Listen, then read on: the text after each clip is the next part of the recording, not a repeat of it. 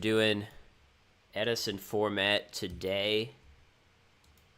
This is the deck that I'm using. I don't know. I don't think I'm gonna talk about it too much, only because I guess I don't play Edison Format a lot, and I'm not great at like explaining every single card choice. This is like the build that I've been playing forever. This is a build that's like, I don't know, a couple years old at least.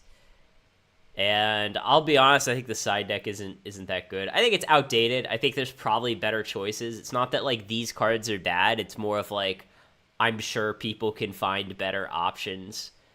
The only like I don't know, DD Crow in general though is overperformed for me. I think DD Crow is probably the most underrated card in Edison Format as a whole. Like if I just had to pick a single card, I'd say DD Crow's most underrated card. Main deck is, if you look at like what's been overperforming, underperforming, I'm actually surprised how many like frog plant decks I'll see that don't play Quick Draw Synchron. To me, like Quick Draw Synchron is like, I don't know, like half the reason that you even play these two engines together. Because the nice thing about it is like, obviously you have like Quick Draw Dandy go into, a level 6 or a level 7 synchro. That's good. But also just turn 1, just going, if you open Quick Draw Substitute, just going, hey, special summon Quick Draw, normal summon Substitute, go through the whole deck. Very strong. I mean, Substitute is basically like the best card in the deck, right? That's the main reason you're playing Frogs is because of Substitute. And yeah, like basically the idea is in an ideal world, turn 1, you have some monster you can special summon plus Substitute, and then you just go through the whole deck and do your thing. And then it also like enables Pot of Avarice. I think it's also important that you play 3 of these. That's like another thing that I think people miss sometimes. Because I'll see lists of either this or like a different variant of Frogs where they play like 0 Pot of Avarice and then play Bunch of Monarchs. The reason that Pot of Avarice is better than a Bunch of Monarchs is like both cards are enabled by Substitute, but Pot of Avarice doesn't take your normal summon, right? Like Pot of Avarice goes +1, but it goes +1 without committing your normal summon. Whereas, like if you play Monarch, people can have outs to that. They can have like Pulling the Rug, or they can, I don't know, have like Bottomless Trap Hole or whatever. And there aren't like a lot of good modern Edison decks that just lose to like, oh, turn 1 Treeborn Frog, turn 2 Monarch, turn 3 Monarch, turn 4 Monarch, turn 5 Monarch. Like, that strategy used to be really good in 2010. I mean, that was what I played, like, IRL. But the format is faster, so you can't really win that way anymore. So, yeah, like, you really don't need a bunch of Monarchs. And Light and Darkness Dragon is just one of my favorite cards in general. But it's also not great versus modern Edison decks, because any Blackwing deck can just go Vayu to just drain your Light and Darkness for free. Any Lightsworn deck can play a Lightsworn monster to drain your Light and Darkness for free. And then any deck with Treeborn Frog can just keep activating Treeborn to drain your Light and Darkness for free. So that's like 2 of the top 3 decks. And I think maybe even I don't know. There are probably other decks, too, that can drain your Light and Darkness for free, and I just can't think of them right now. So, yeah, I wouldn't play Light and Darkness. In previous games, Debris Dragon underperformed for me a little. I mean, it feels weird to just be playing Lone Fire and Dandy without Debris Dragon, but I think you could easily, like, cut this to 1. You know, it's good for, like, going into Black Rose, and, like, that's kind of it. But decks will often have outs to that, too. Like, you can Pulling the Rug this, you can Royal Oppression this, etc. The main weakness of the deck, because I think some people like get confused about what the weaknesses are, because we're kind of doing like 2 different things. The main weakness is stuff that prevents special summoning. So like Royal Oppression, Fossil Dyna, Vanity's Fiend, Christia, right? Those are like the main things that this deck has trouble with. Not to say those are like the only cards, but, like, I hear some people say, like, oh, this deck, like, can't beat, like, Deck Devastation Virus. Not even remotely true. Because this deck is so fast that, like, unless they somehow, like, go first and Deck Dev you on turn 1, you're just going to be able to play all your stuff before they activate their deck Devi, and it won't really matter. So like deck Devi, like it's a decent card. If you have it in your side, bring it in. But we're like a lot more scared of a side deck Fossil Dyna or a side deck Vanity's Fiend than we're scared of a side deck deck Devi. Oh, and also I don't want people to be like debating like, oh, Goat Format's better, Edison's better. No one cares, you know. It's like arguing about like, you know, Pepsi versus Coke, right? I mean, I've got a Coke here, but if you say you like Pepsi better, fine. You know, don't care. So yeah, let's go play.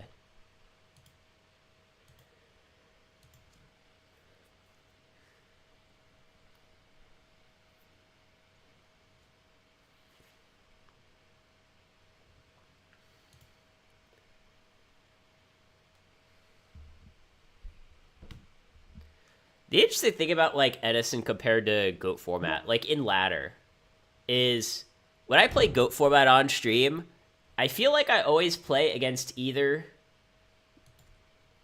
like a tier 1 deck or a tier 3 deck.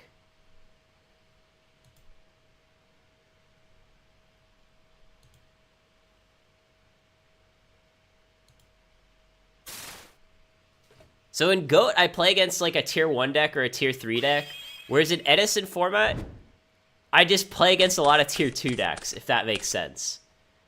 Like, not decks that are bad, but decks that are like a little suboptimal.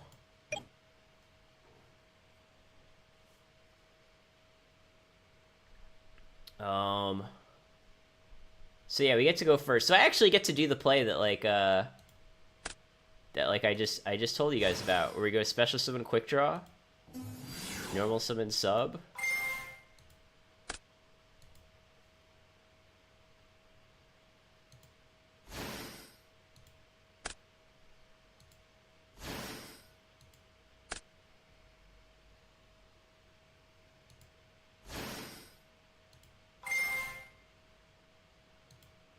Yeah, and then we basically just get to, like, thin out our deck here. I know some people are going to be like, technically, you went -1. And it's like, yeah, who cares? First of all, I don't think we technically went -1. But even if we did, it's like, yeah, we're thinning out, like, our entire deck.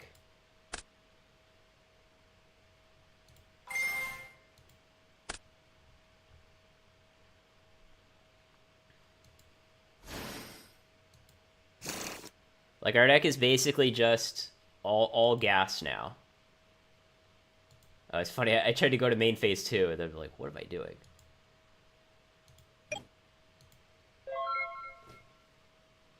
I don't really like tier lists that much.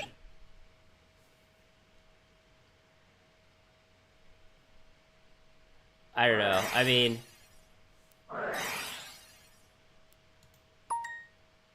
because the problem is, like, tier lists really only make sense if you have data.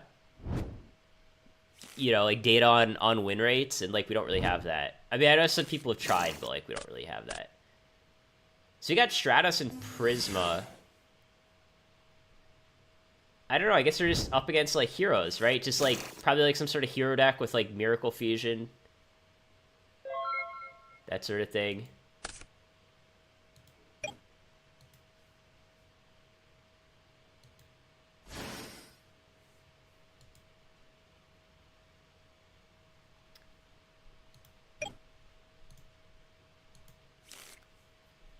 I don't know, should we just summon Cyber Valley and draw 2?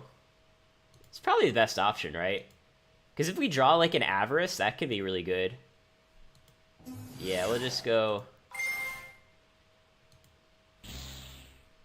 I don't think you need to play Cyber Valley in this deck, by the way. Like, most people play it. I've been playing it, like, forever. But I definitely don't think it's, like, a card that's mandatory.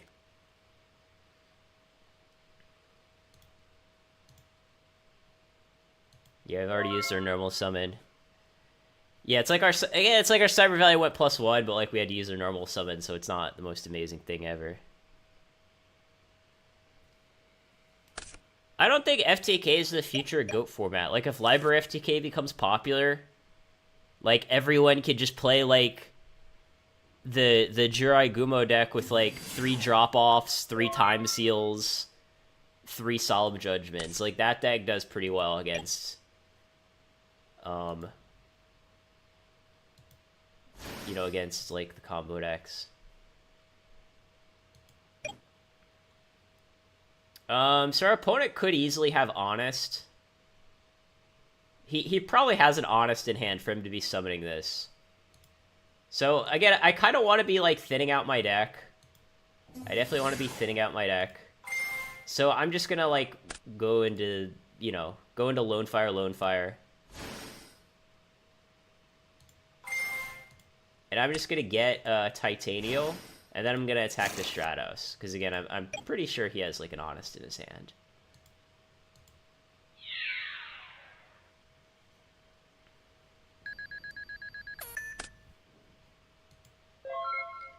And this is nice because, like, I like this kind of setup because we have a dupe lock, and then we have Titanial to protect our dupe lock, right? Like, say he has, I don't know, say he, like, tries to brain control our dupe frog. Well, we can just tribute Titanial and negate it.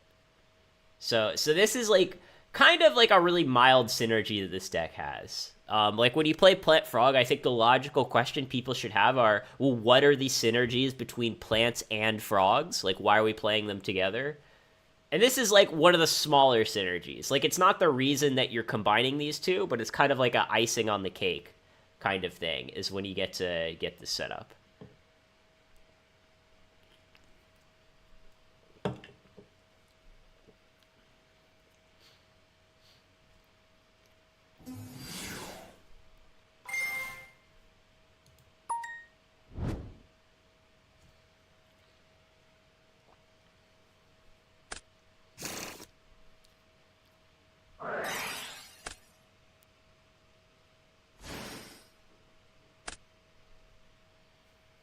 So you can special summon Dark Magician Knight.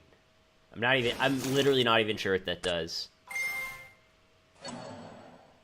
Okay, well, I'll just negate it.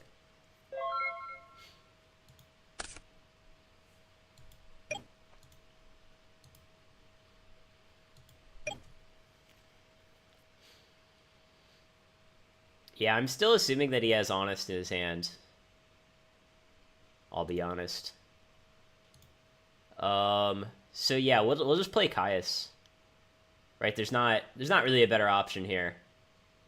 I mean, we can go, like, Debris into, you know, a level 7 or a level 8, but that doesn't really accomplish much.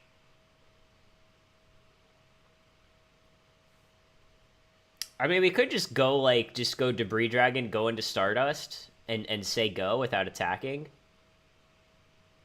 But I don't know, I think I'd rather just, like, put the pressure on him.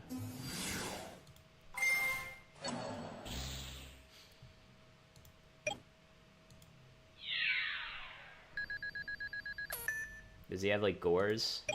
No, no Gores.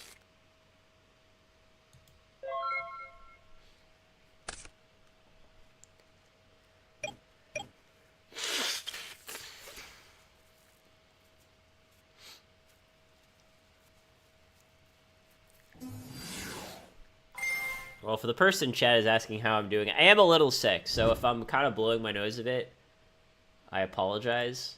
Terra, I don't even know what that card does. Ocean Woodsman. Alright, well. Okay, so his guy has 3,500 attack right now. Which is... Oh, wow, he drew Brain Control. That seems kind of unfair. I think I'm not going to bring back Treeborn. Hold on, let me think. So, 3,500. If we bring back Treeborn, it goes to 4,000. Oh, and then he's exactly dead. I mean, not exactly dead, but he's like 100 over.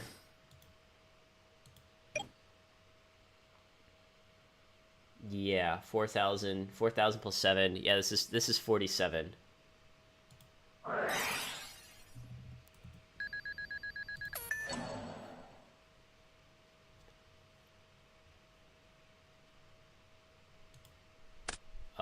Which one plays into Trag better? Yeah, having this attack first. Well, oh, he might have Honest.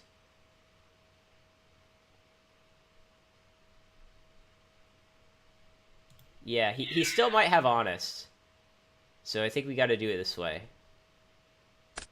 Yeah, he does have Honest.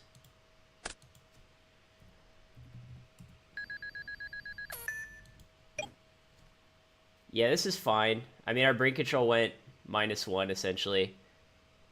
I should have... Yeah, I probably should have just not brain controlled. I mean, it would have been game if he didn't have Honest, but it was so obvious that he had Honest. I kept saying it every turn. I kept saying every turn, oh, he probably has Honest, and then, like, the turn that it mattered, I just didn't play around it. So, yeah, or actually, sorry. I'm just gonna set this and then say go. So, yeah, I'm kind of an idiot. Kind of an idiot.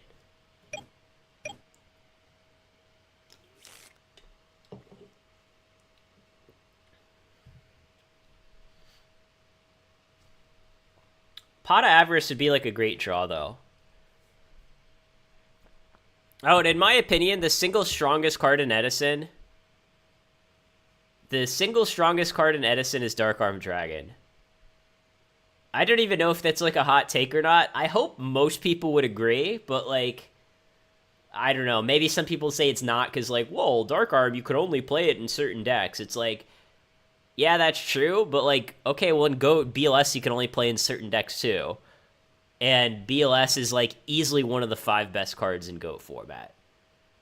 And, like, if Trinity didn't exist, I think BLS would clearly be the best card in GOAT format. And Edison format, it's, you know, there's no Trinity. So, yeah, I think Dark Arm Dragon is, like, the strongest card in Edison. Like, if you didn't have Dark Arm Dragon... I almost think Blackwings would be like a tier 2 deck. Or like a tier 1.5 deck.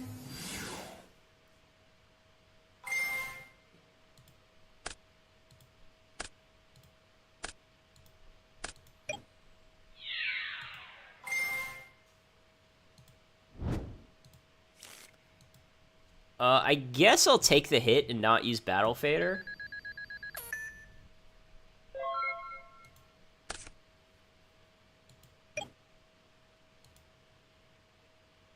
Still no Pot of Avarice, though. I'm not gonna lie, that's a little disappointing. I kind of wanted to see the Avarice by now.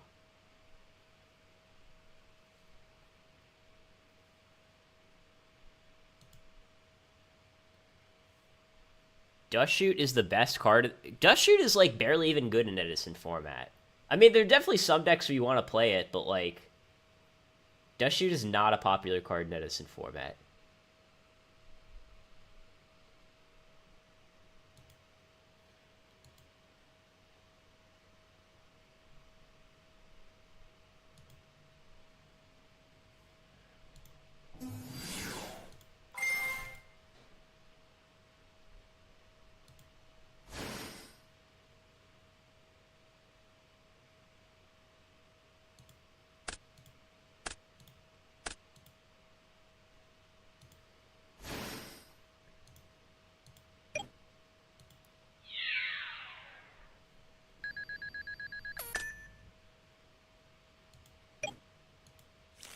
I don't know. Maybe I'll find a way to lose this game somehow. But with Battle Fader in hand, it feels unlikely.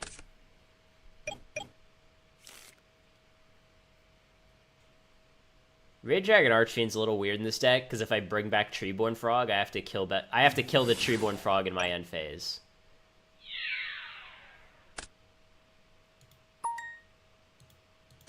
He has second Honest.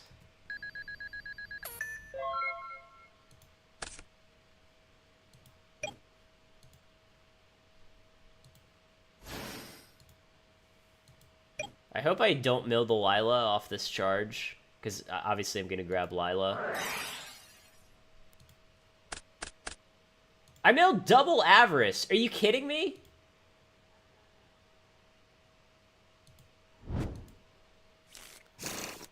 Jesus Christ.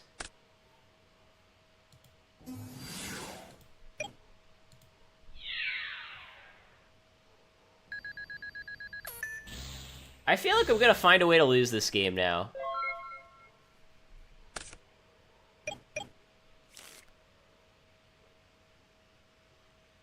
Temper, I'm not gonna lie, I didn't even know there was a Dragon FTK in Edison format.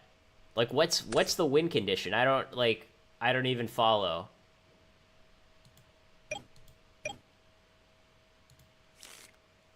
Like what exactly is Dragon FTK?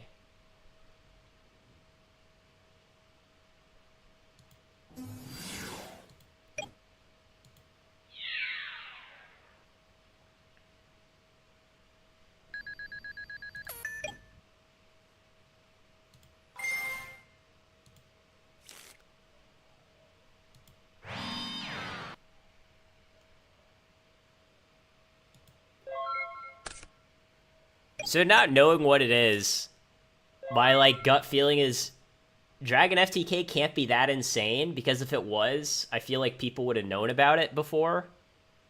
Does that make any sense? Like, what does it involve? Like, I don't know, like Power Tool Dragon, Symbols of Heritage or something? I mean, that would be my best guess. I'll just end phase, try to kill whatever this is.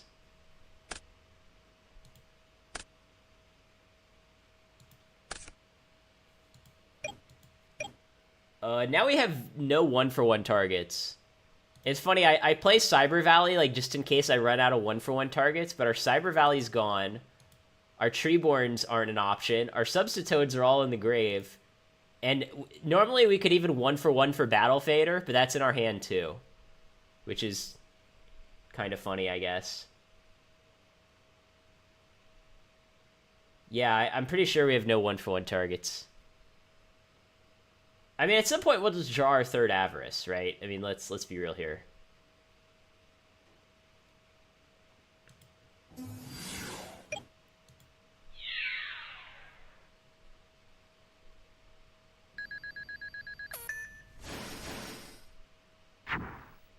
Oh, that's mildly annoying. Good thing we have Battle Fader.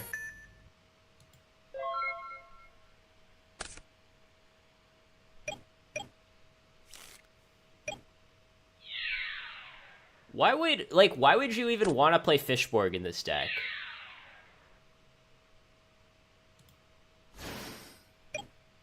Like, I legitimately don't even understand. Like, what are you gonna synchro for that's so good?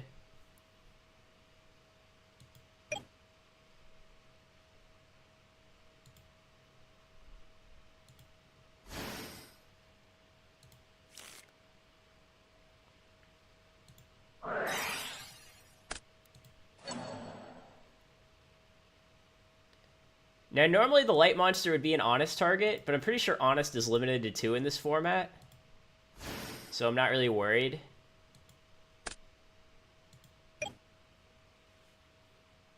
I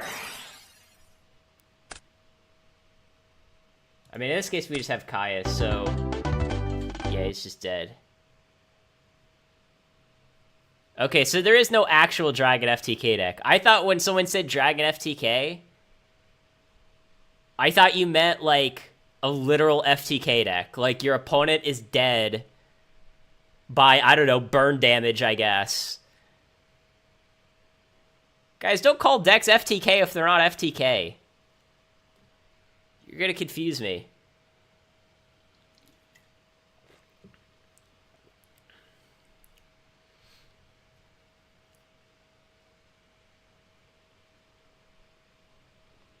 Oh, when you say Dragon FTK, you mean like Trade-in, Super Rejuvenation, and Exodia?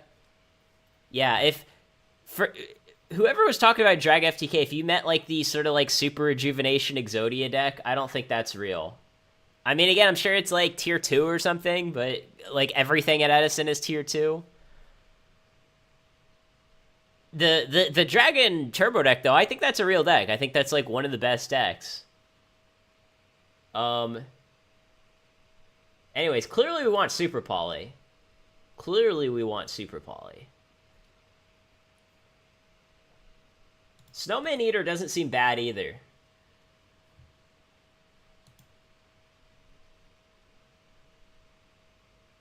He also didn't set a lot of back rows. It'd be tempting to take out, like, heavier MST, but, like, he might side in something.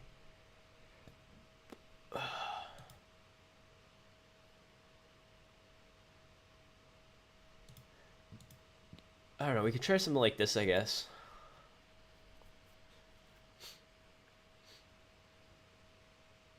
Yeah, we'll try this. We'll see how it goes.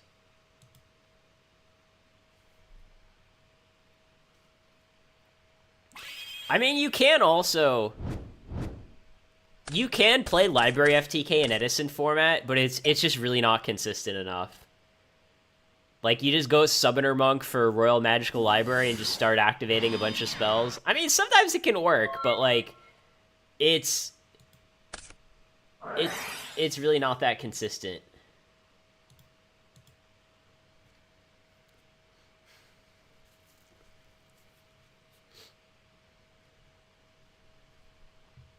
It's weird he summoned Prisma and didn't use the effect. Like, don't you think he'd want to put something in his grave? I don't necessarily know what it would be, but to me, if I'm, like, summoning Prisma, I want to be putting something in my grave. Yeah, the obvious card to send back is Raikou. Our hand is, like, really shit. I'm not gonna lie. I don't know. I think our plan here is just to tribute for Caius and just hope our opponent doesn't have an out. I know it's not a very good plan. But, like, what else are we gonna do?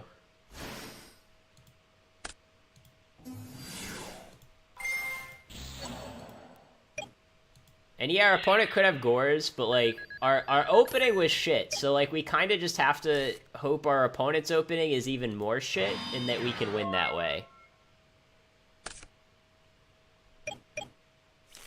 Well, our hand wasn't good even before our opponent dust shooted us. Like,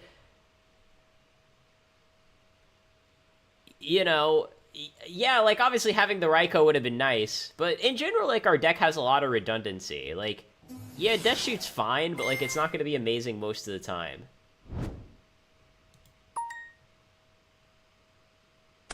Yeah, now he's going to Honest us, I presume. Okay. Yeah.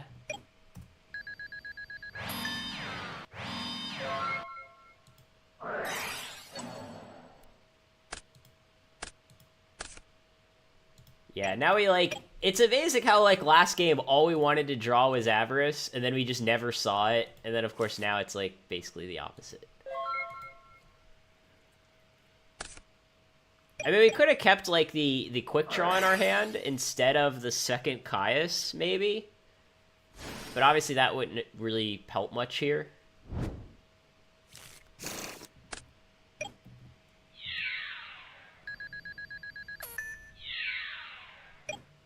Dust Shoot is literally not even one of the top 10 cards in Edison format. It's not even top 10.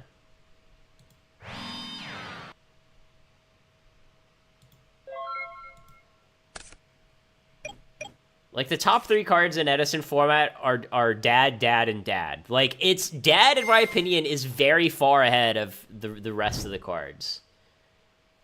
Brain Control is also quite a good card, for sure. I mean, if you forced me to pick a number 2, maybe I would say that.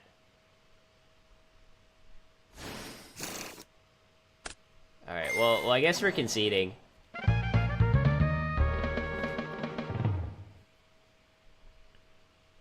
Honestly, I mean, this is, like, a hot take, but I think even Pot of Avarice is, like, one of the best cards in Edison. Obviously, like, we've just never gotten to see it in action, but it's still true. Okay, if Dust Shoot's one of the top 10 cards of the format, how come, like, the vast majority of decks in Edison that top tournaments aren't playing Dust Shoot? Like, you literally have no argument. You're just saying it's top 10 and giving zero reasoning. It's a fairly situational 1-for-1 that most decks don't want to be playing. Like, I mean, it's literally that simple.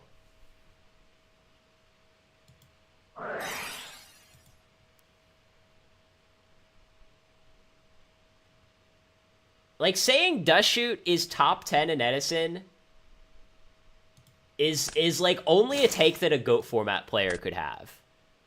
In my opinion. Like, people see how good Edison is in GOAT and just assume, like, oh, it just must be amazing in every format then.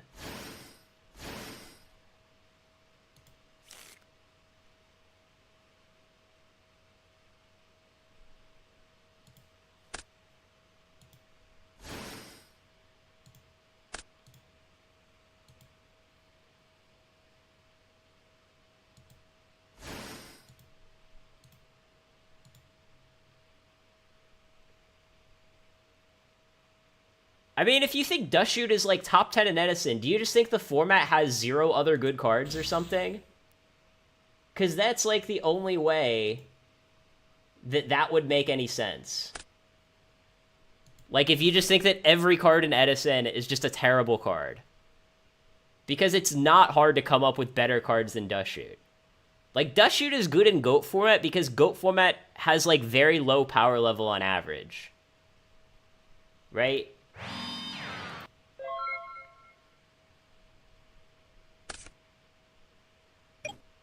Yeah, like, it's not difficult to come up with 10 other, like, better cards than Dust Shoot.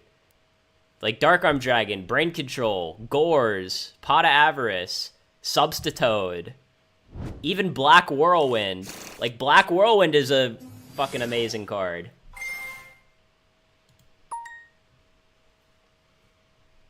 Like, I think when people think of, like, top 10 cards in a format, they often think of, like, generic cards. Like, that's what people always list. Is like, oh, Brain Control is good in every deck, therefore it must be one of, like, the top 10 cards in the format. Or Dust Shoot, like, oh, that's a card you can play in every deck. Now, Black Whirlwind, obviously you can't play in every deck, but, like, it is still easily one of the best cards in Edison format by quite a lot, frankly. Quite a lot.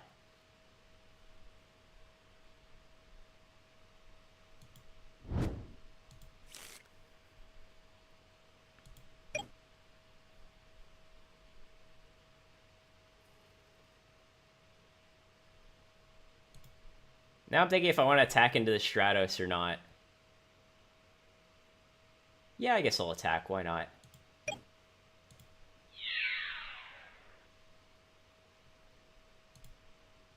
Yeah, I do have second Drill Warrior in the extra.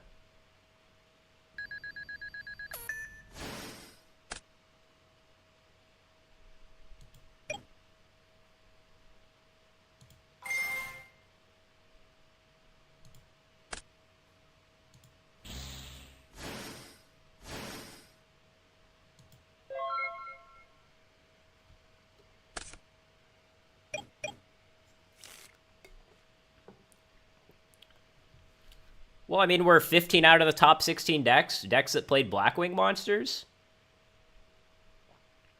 Because if they're all playing Dust Shoot because that makes sense.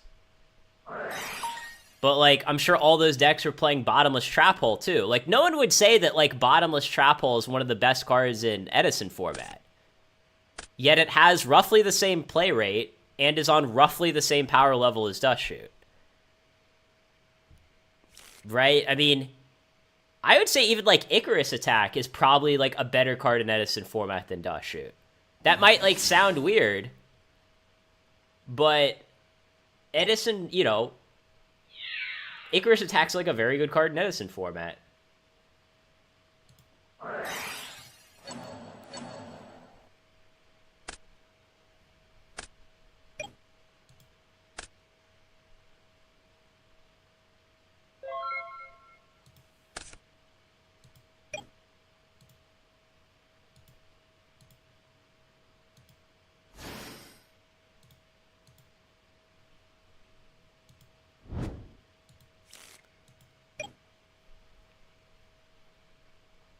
Alright, well, I guess we'll just draw 2 here.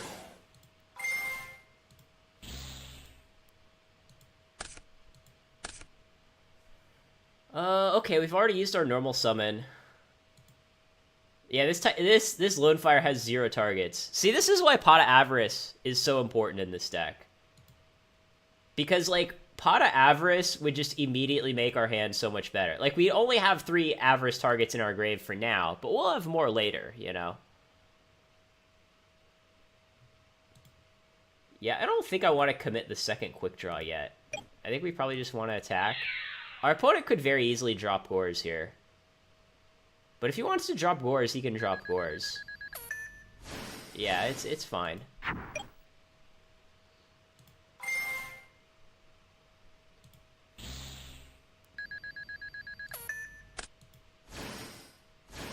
And I tell you, some decks in Edison format, I'm not saying all, or even most necessarily, But some decks of Edison cannot deal with the Drill Warrior loop, right? And this is one of them.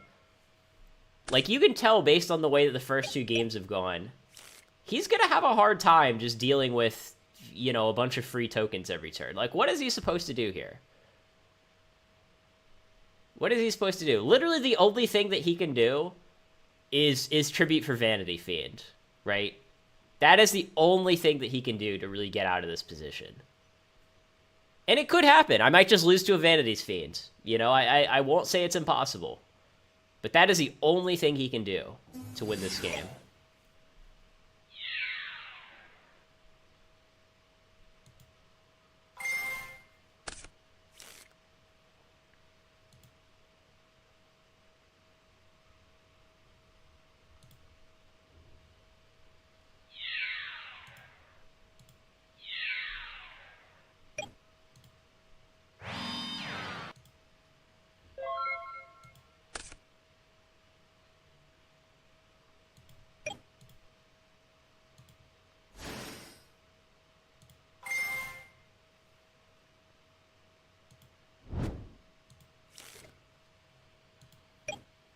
And now I think our plan is to just attack directly and then just go into subloop.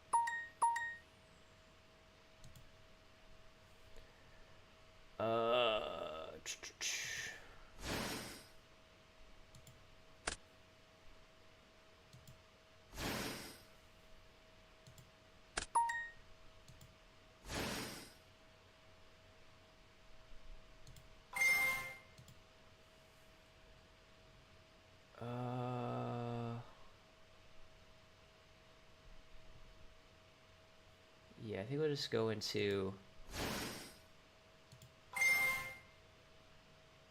this.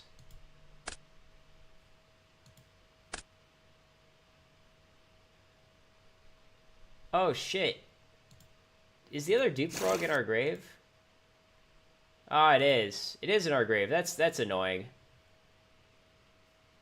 Yeah, I kind of forgot that. Would have been nice if we had the other Duke Frog.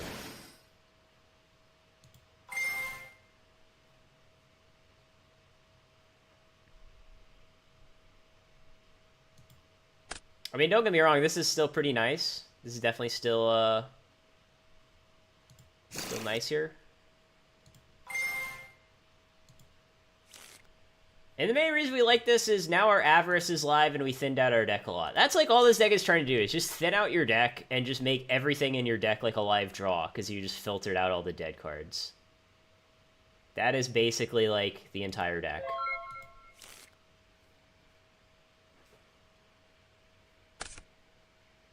Oh, I'll probably stream some sort of Monarch deck again. Probably Cold Wave Monarch.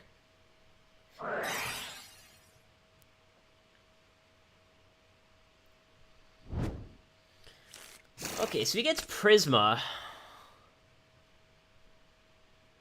And then he goes, like, Prisma into what exactly?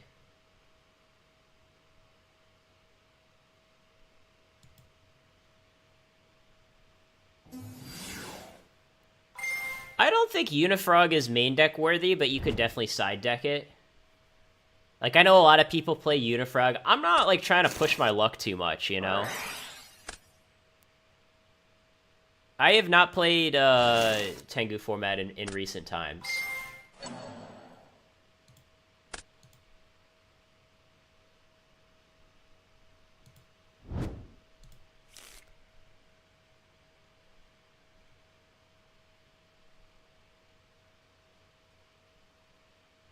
Maybe the Super Poly is just going to do nothing.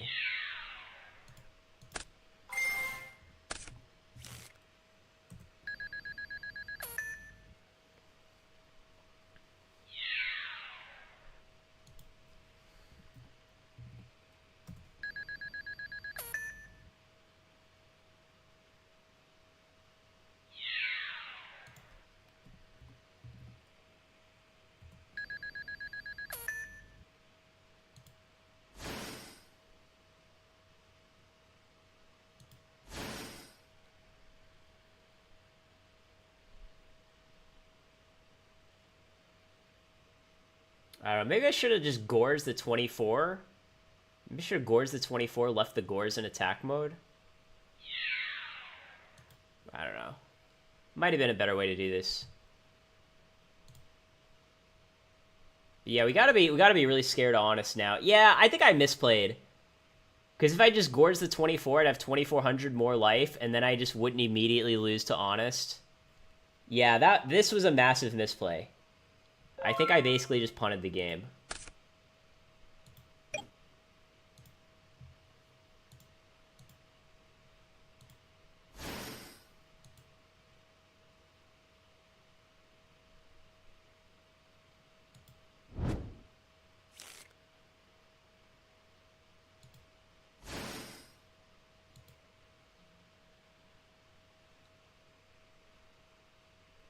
Oh yeah, and even the token's a light. So I feel like we're probably just gonna lose to Honest, like, no matter what, almost.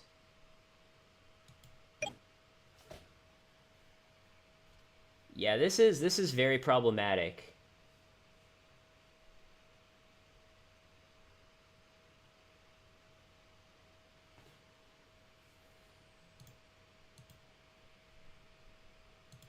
Let me see if there's something in here that helps.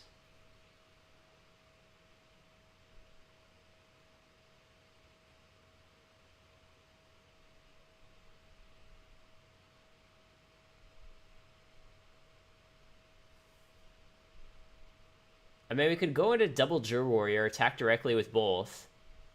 That's 24, puts our opponent at 14. Yeah, Caius Burn is not enough.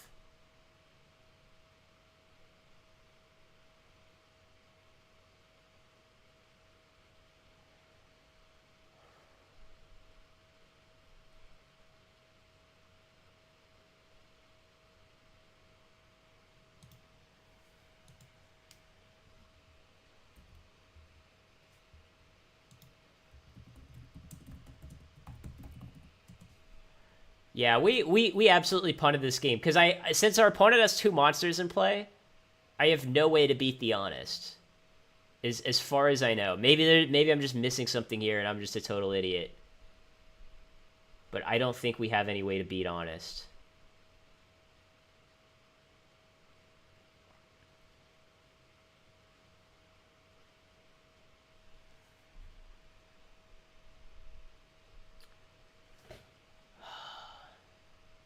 Well, let me think. We can go Quick Draw Synchron, Special Summon Swap Frog, or no, Quick Draw Synchron, go into Junk Archer. Oh, if we use Junk Archer on the token, does it stay gone? I assume it would, right? Yeah, if we Junk Archer the token, it just stays gone.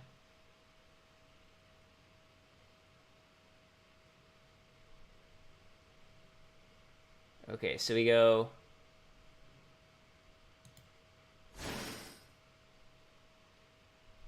We're gonna go discard this. And then...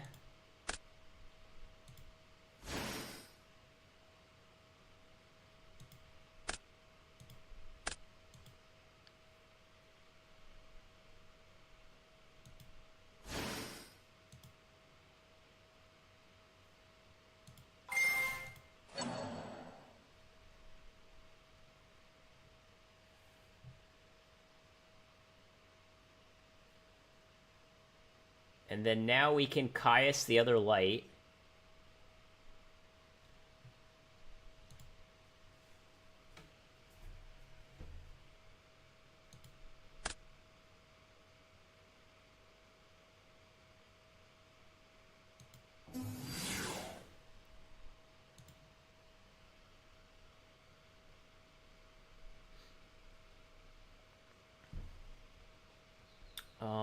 I'm just thinking, is there like some way we can... Yeah, 24... Yeah, I mean, we could put him at 200. Problem is, 200 isn't... I mean, it's just not good enough.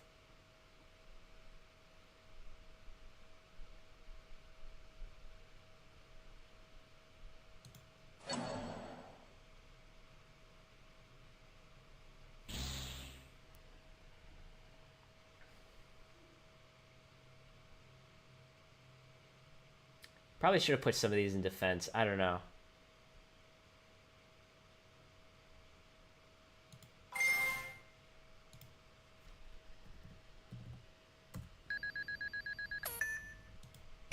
And I'm basically just hoping that our opponent doesn't have Mirror Force here.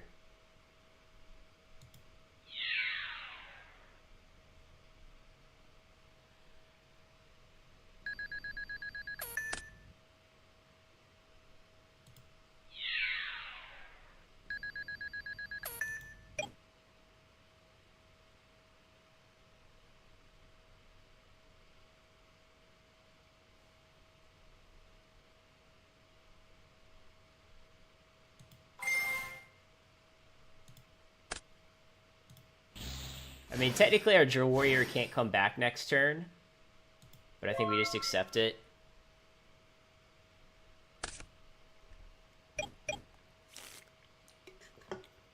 I think either he has Honest plus Light Monster, or we win.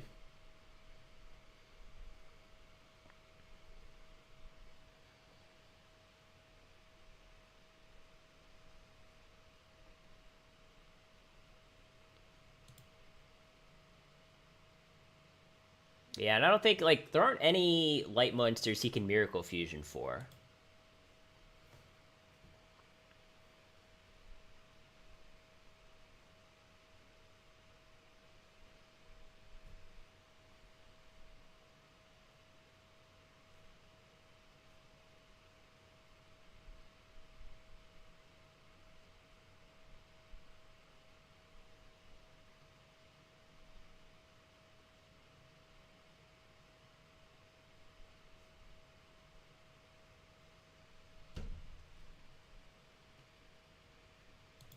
But yeah, if we lose this game, we definitely punted. Oh yeah, I definitely know Shining isn't an Edison. I was just, he's on like a weird E-Hero build though, so I was thinking, is there some other random E-Hero that is like a light monster? You know, one of the shitty ones. But it's like, I don't think there is.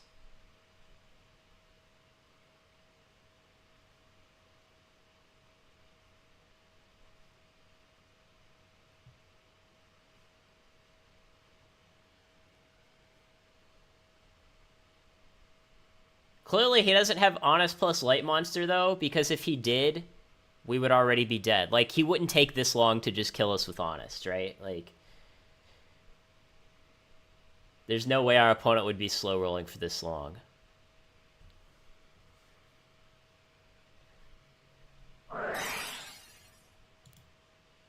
Oh.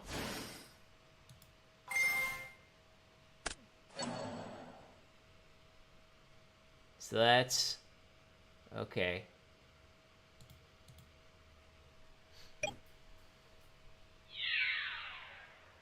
So we take 4.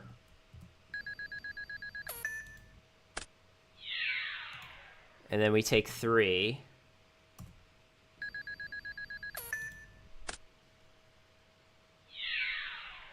And then we lose a token. Isn't it? He's just dead. Isn't he? Oh wait, I guess he's technically not just dead. But he will be dead.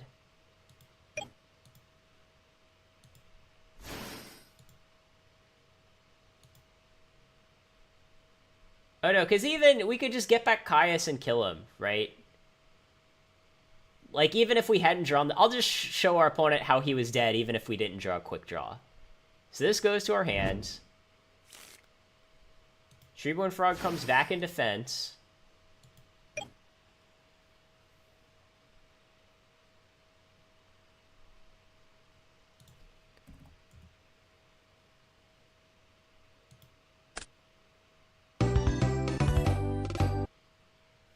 Yeah.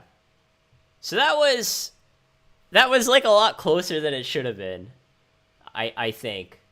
We definitely like used our gores suboptimally that game. I wonder if he had honest in hand though. Cuz we played around the honest perfectly. I don't know. We could go watch the replay, but I don't think you guys want to see that. Just to find out if he had honest in game 3. I wish, like, when you're watching replays, you could just skip ahead to a certain game.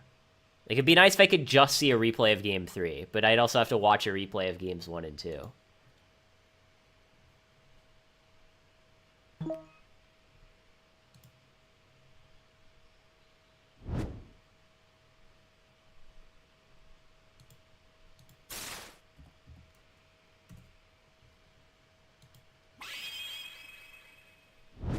The Drill Warrior adds back Caius. That's what Drill Warrior does.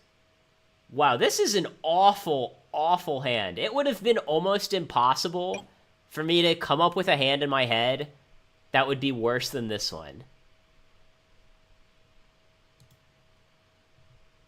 Like, this is just... This hand is so bad, it's, like, almost impressive.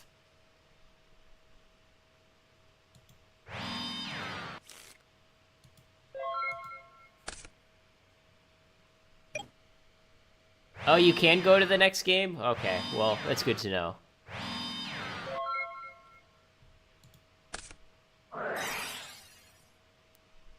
Alright, buddy, enjoy your dust shoot.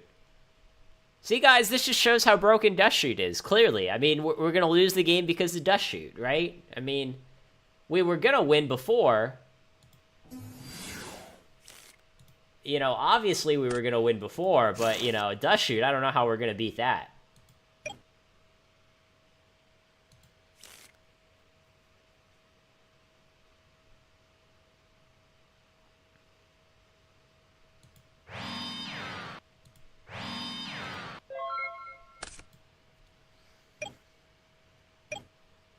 I don't know, this could be a Raikou.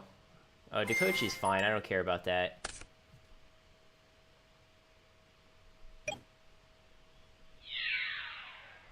Okay, I don't know why he's attacking this monster. That is really bizarre.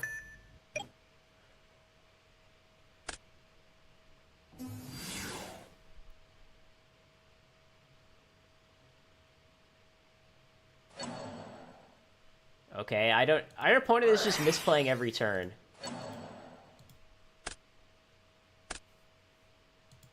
Like, he's literally just using all of his cards on the wrong targets.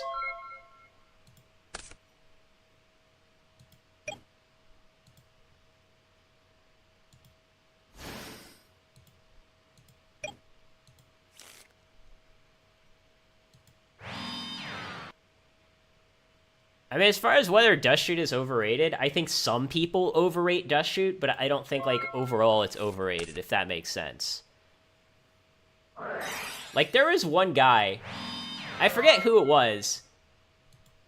He was playing, a warrior deck, or... I don't know, I forget what deck he was playing. It doesn't matter what deck he was playing. But basically, TLDR, he said, oh, when I'm up against warriors... I side in Dust Shoot going first, because even against warriors, Dust Shoot going first is that good. And, like, someone who has that mentality is definitely overrating Dust Shoot.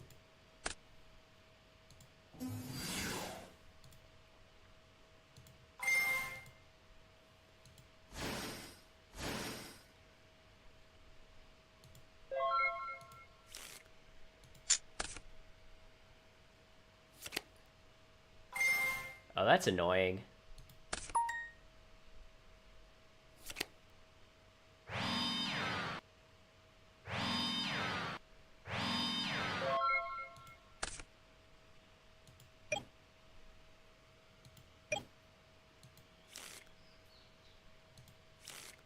I mean, we have Lila, so I guess I can't complain.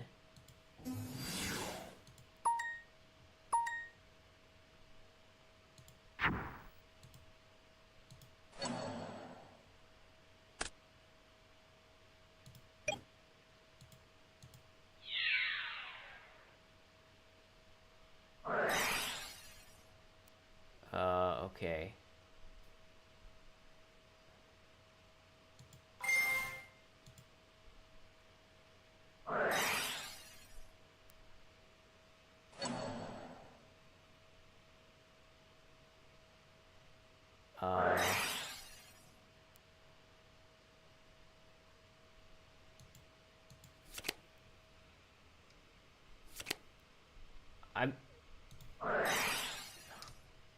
I'm like so confused.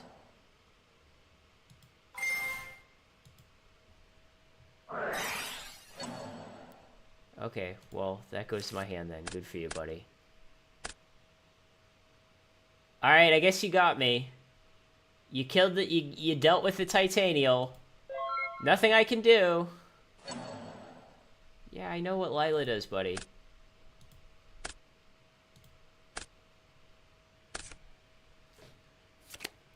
Yeah, when I saw the Dekochi, I assumed it was Salvo. That was my immediate thought. I was like, okay, this is probably just Salvo.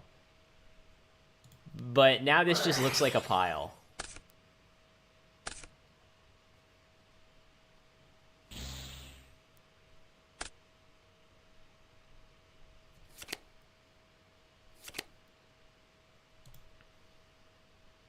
Okay, he's gonna dust shoot me again? Sure.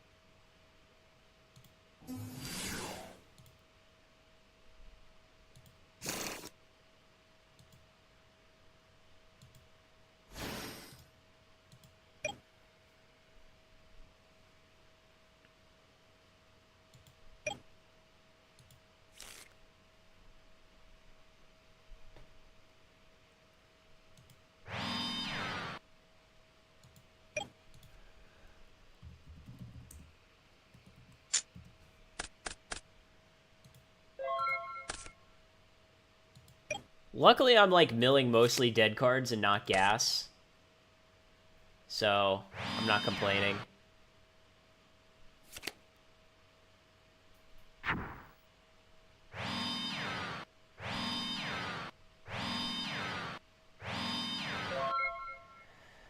Alright. So I guess we tribute Treeborn and Dandy for Titanial again. I mean, I might just deck myself out. That's what I'm kind of worried about. I'm thinking, like, should I at some point consider tributing the Lila? Like, obviously, this turn we get to put Lila in attack. We can use the effect.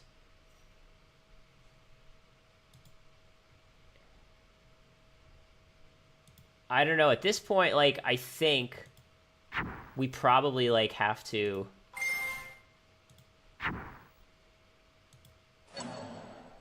We probably have to tribute the Lila. Or else we're just too at risk of decking out.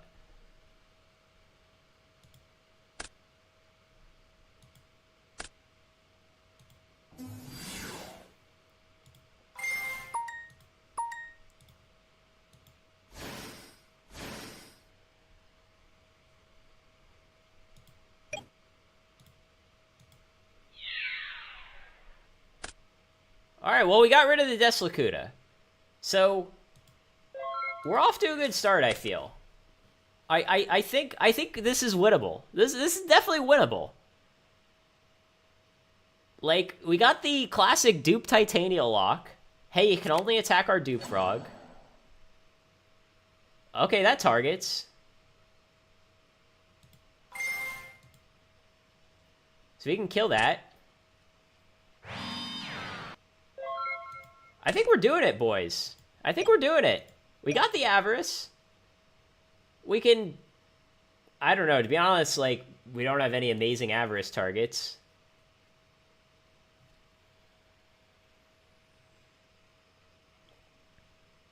But I think we just want to draw 2.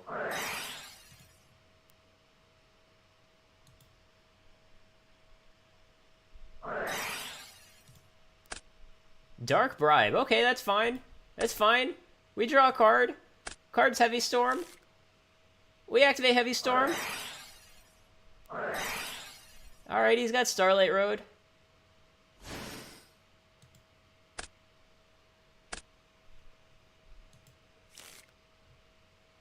And then do we attack the Stardust or do we attack the face-down monster? I guess we attack the Stardust. Because I don't want the Stardust to run over the Dupe Frog. That's literally the only reason. I do not want the Stardust to run over our Dupe Frog. Or actually, hold on. We can tribute 2 for Gores. I kind of want to do it. I kind of just want to tribute Dupe Frog and Treeborn for Gores. Or we can, like, set second Treeborn, and then next turn tribute Treeborn and Treeborn for Gores.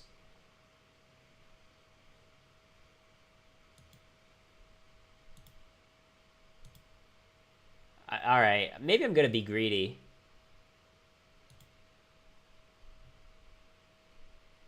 Maybe I'm just gonna be greedy. Yeah, I'm gonna be greedy.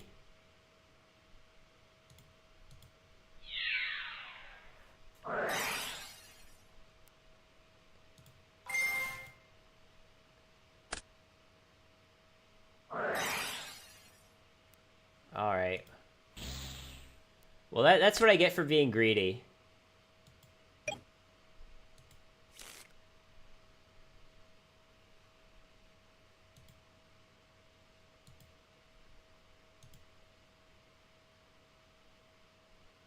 Yeah, now there's not a whole lot. Technically, I could still tribute 2 for Gores, but if his set monster is, like, another swarm of locusts, or swarm of scarabs, rather, we just get massively punished for that.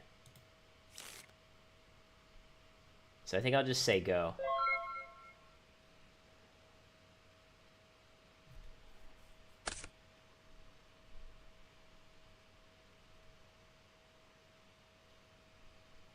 Yeah, I know that Dupe Frog misses timing if it's tributed. That wasn't... I was just thinking, do I want to just push my aggression? Because, like, if we tributed 2 for Gores, then we could have, like, the Gores attack over the Stardust. Oh, he plays Caius.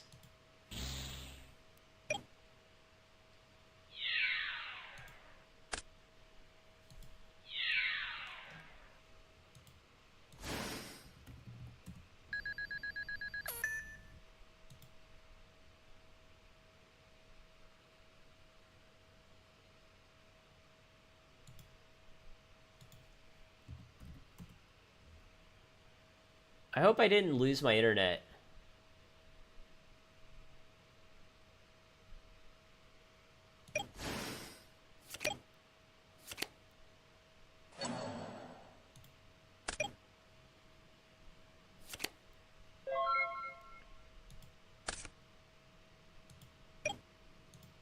Debris is huge.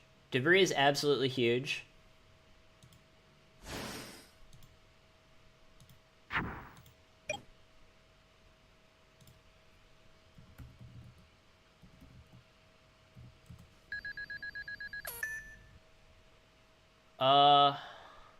So now we just go into Red Dragon and attack everything. I think that's the plan. I mean, we could go into Stardust, but Stardust doesn't accomplish anything.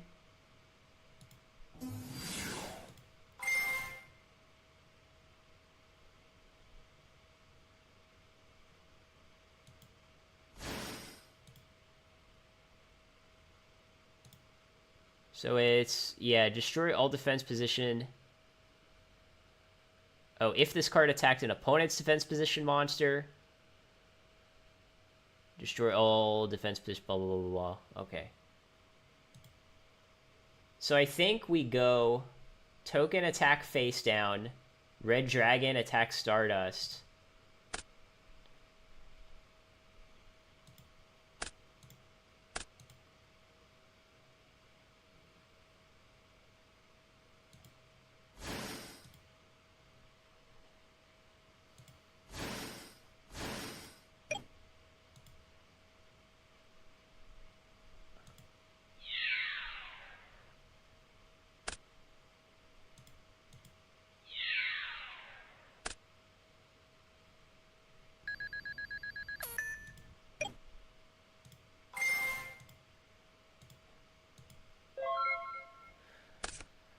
I mean, our opponent's top decking, and his deck is like, I don't know. His deck doesn't seem like something that would be good at top decking, right? Like, our opponent is playing a very, like, high synergy kind of deck.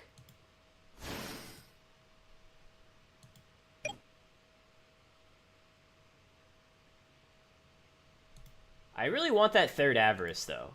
Now you guys know why I play 3 Avarice. It is, like, by far one of the most important cards in this entire deck.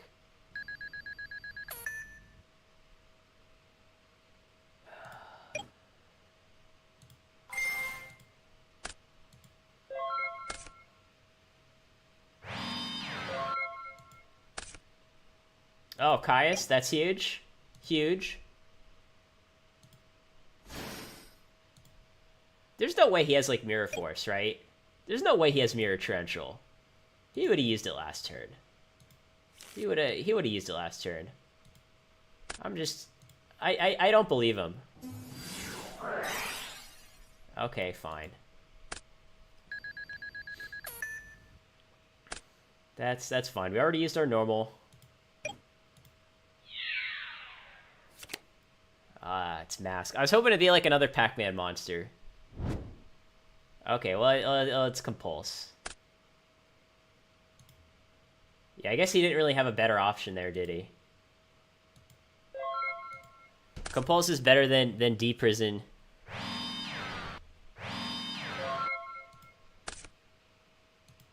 What do you mean, how is Pot gonna help? Like, I have all of these juicy monsters in my grave that I would love to actually be in my deck. What do you mean, how's Pot gonna help?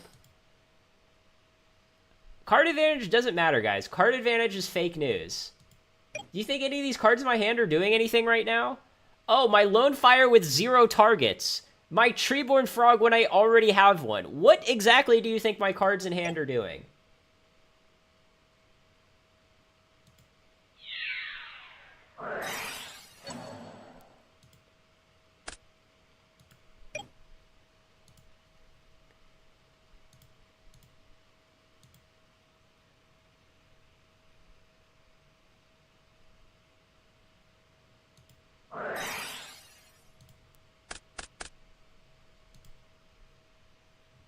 I play 2 Raikos, 1 Lila. I mean, I think that's, like, the correct number.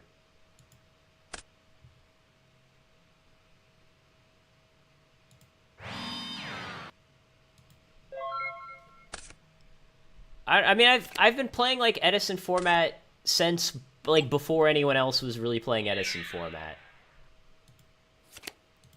So, I mean, I didn't have to really do research just because, like... I don't know, I was literally there at, like, the ground floor. And I'm getting extremely lucky because I'm not milling my Avarice.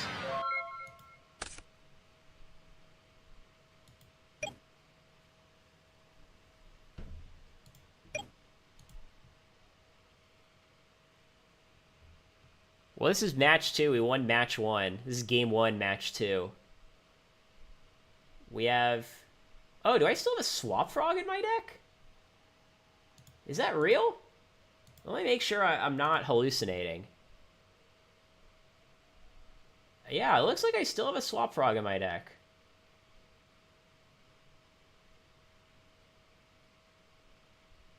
That is... Yeah, okay. I didn't even know.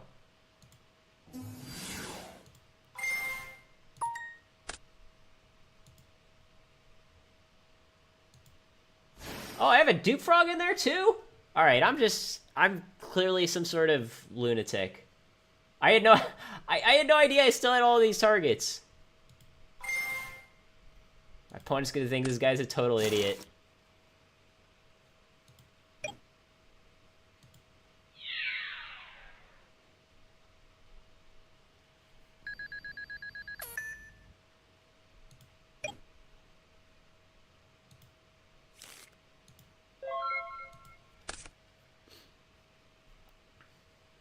But yeah, all we need is 1,000 more, which, given that we have 2 Caiuses in our deck and a pot of Avarice, like, that is quite a lot of ways to do 1,000 more damage. Not complaining about this Debris Dragon either.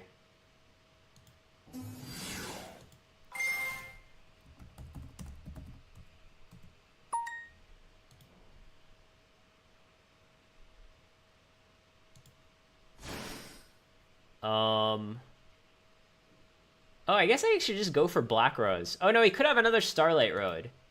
He could easily have another Starlight Road. I am not about to just punt into a set Starlight Road. Nope, that is not going to happen. We are not going to play into this Starlight Road.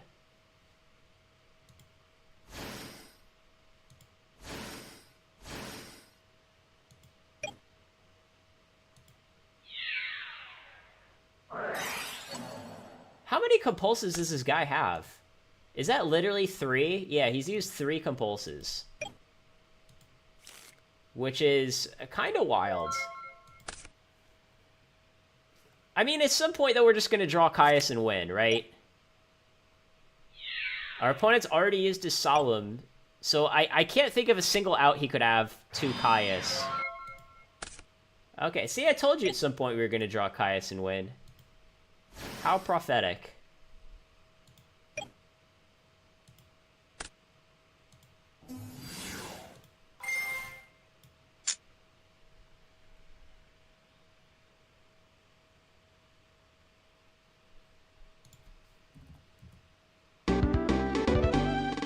And for the guys like just got, just got to the stream in like the last 5 minutes or whatever, go back after, watch the beginning of this game. Watch the beginning of this game and how bad our opening hand was. It was like a really bad hand. It was a very, very bad hand.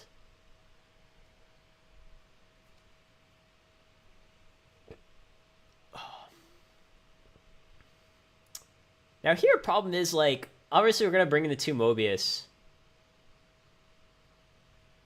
And I can't think of anything else. Right?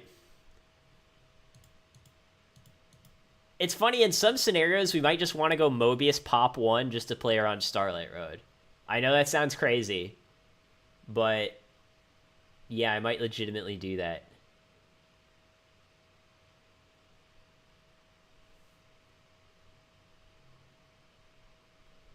I don't know, like, enemy controller seems pretty bad. Like, what are we ever going to do with enemy controller? Even the brain control was, like, dead the whole game. Battle Fader is also just doing nothing, I'm pretty sure.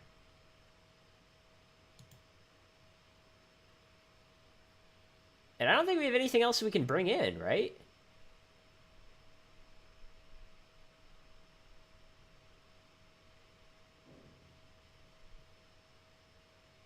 Yeah, like we have nothing else that we can bring in.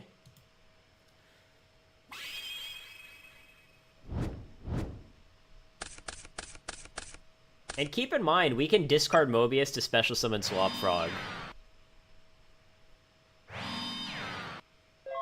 I mean, I guarantee he's playing multiple Starlight Road. I don't know if he's playing 3 necessarily, but I guarantee you he's playing more than 1.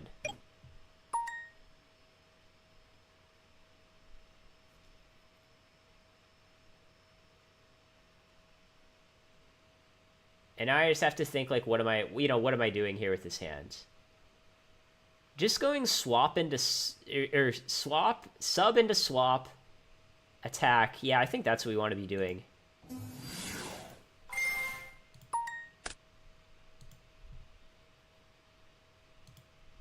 I mean, it's not the most broken, it's not the most broken opening ever. But, like, we have 2 Monarchs in our hand, so I just want to put the Treeborn in our grave. Ah, it's Dekochi.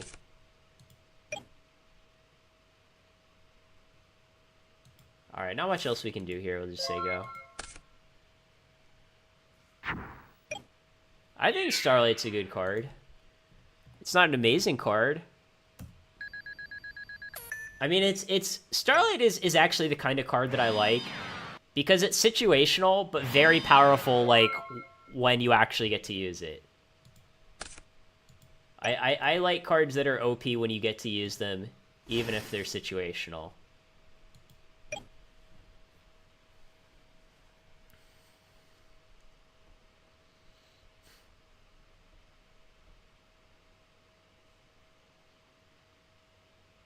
Yeah, here I think I'm just gonna go... Oh, that's really good.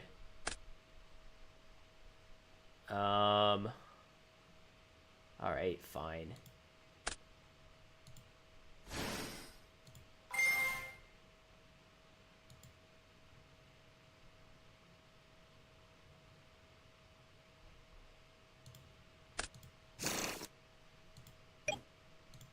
I just want to attack whatever this monster is.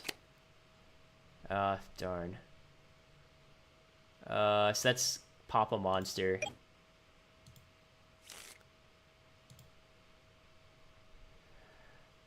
I mean, I technically could Avarice here, but I don't want to.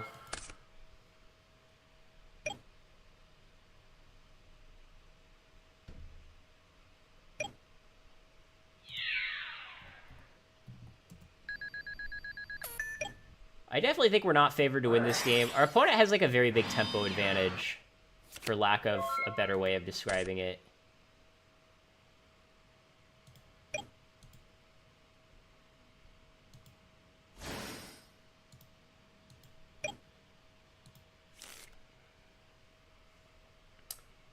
So it's interesting. I talked about maybe playing around Starlight. I don't think this is the spot to do it.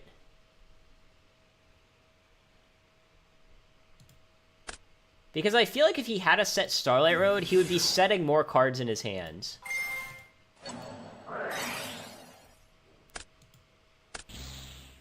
Yeah, we're just gonna die to, like, battle damage, aren't we?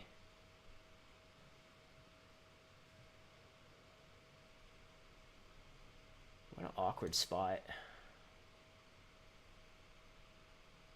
Should I just Avarice here? I've already used my normal.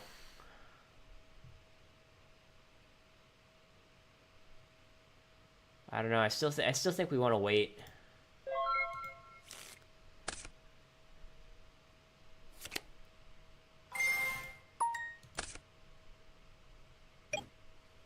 Yeah, I'm just gonna take the 19 and knock Gores.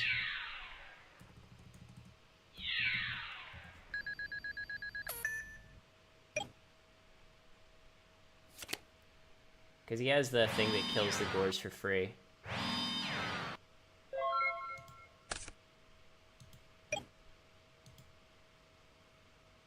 You know what, I'm just gonna Black Rose. I mean, he technically does have outs to Black Rose. Like, he could just Compulse.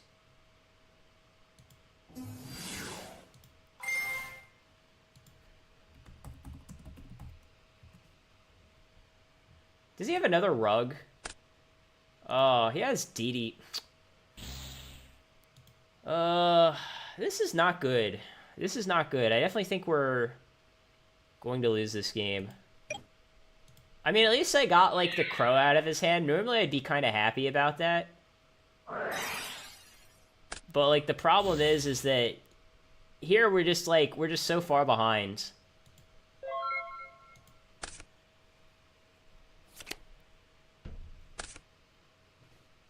I mean, drawing all monsters is fine. I mean, this deck is basically all monsters. That's not the issue.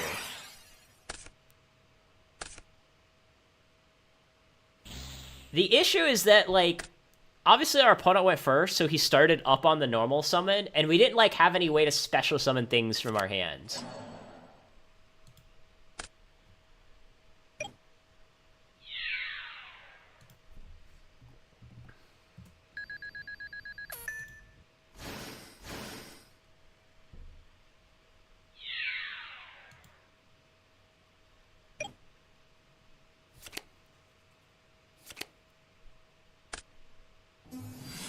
Jesus Christ, this guy has good cards.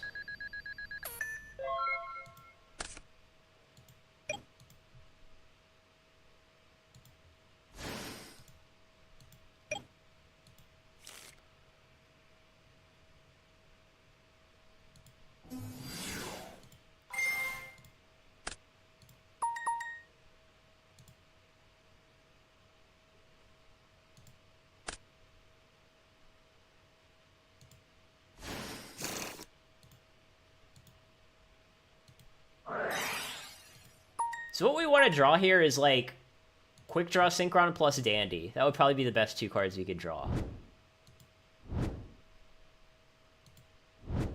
I know that might seem like a lot to ask for. But at the end of the day, it's like, what can you do, you know? Treacherous Strap Hole is definitely a good card, though.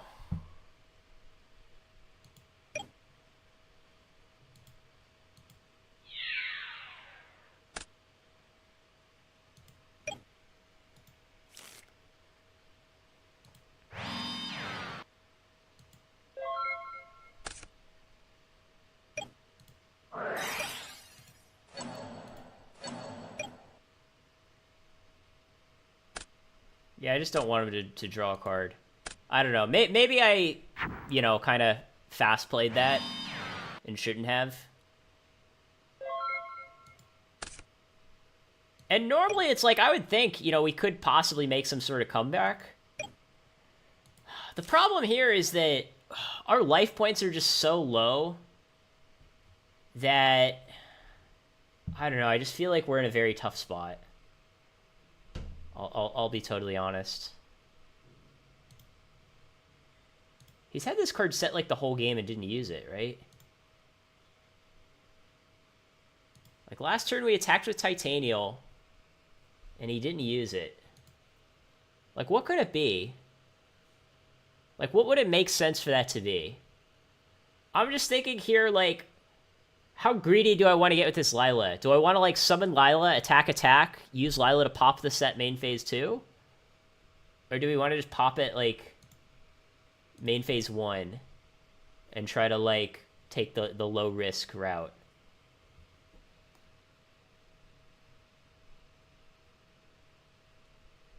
I mean, it could be, like, Compulse, I guess. How awkward would it be if we use Lila and set Compulse?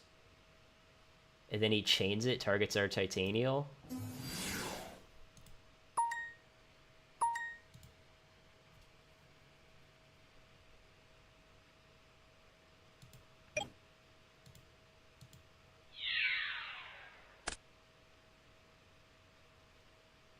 So he gets back D-Prison. Alright, well, I guess it worked out.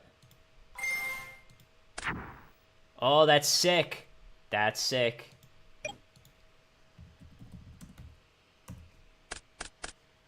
Oh, and we mill a dandy. And we mill a dandy. Let's go.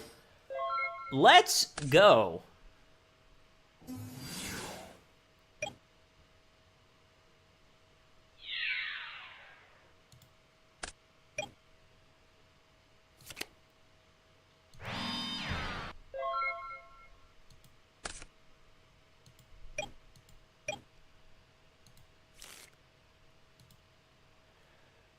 So what could he have? If he has D-Prison, we just negate it.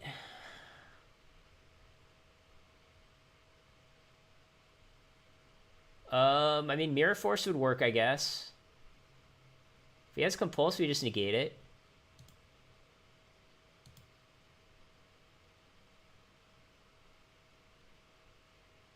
If he has Torrential, we can't negate that.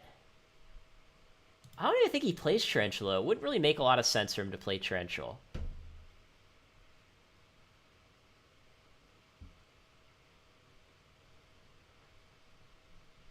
I don't know. I think...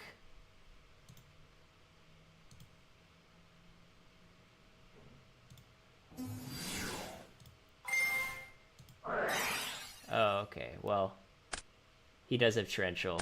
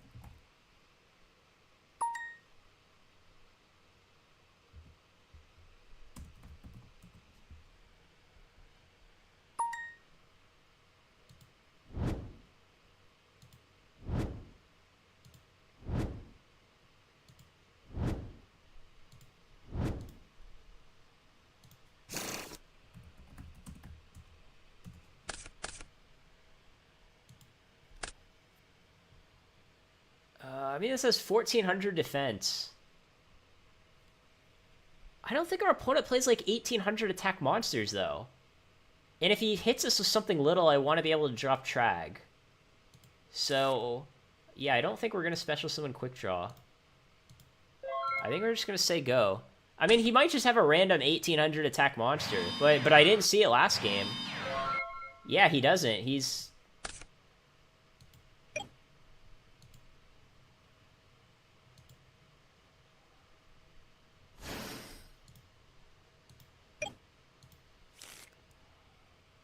I don't know, I think we're just gonna go, like, Tribute for Caius, target the monster.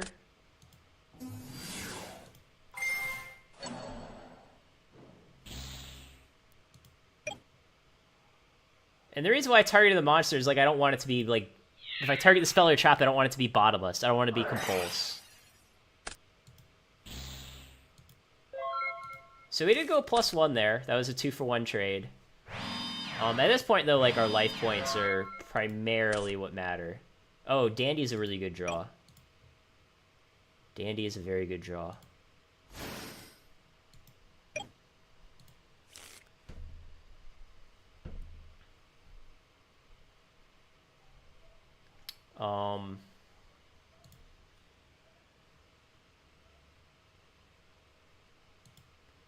Should I just go into, like, Junk Archer again?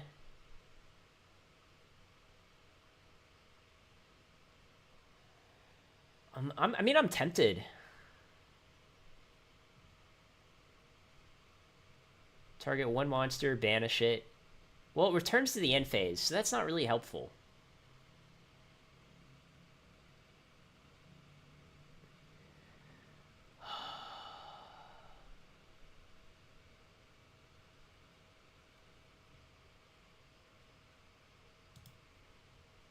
I don't know. I mean, we're definitely gonna...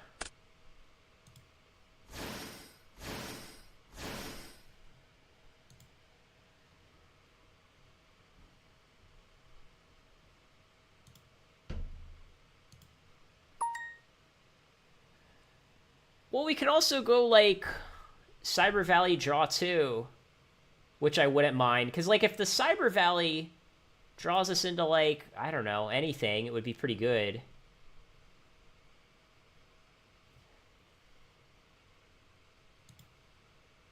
I don't know. I feel like I would rather draw 2.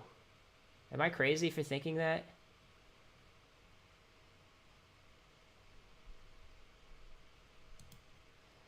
Sorry, guys. I like drawing cards. I like drawing cards.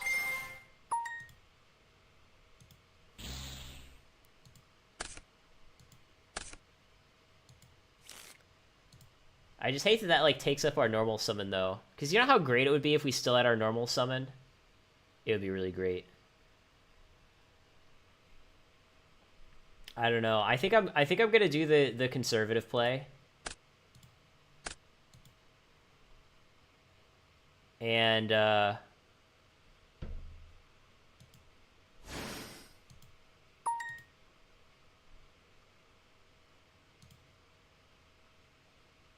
I'm just gonna not attack.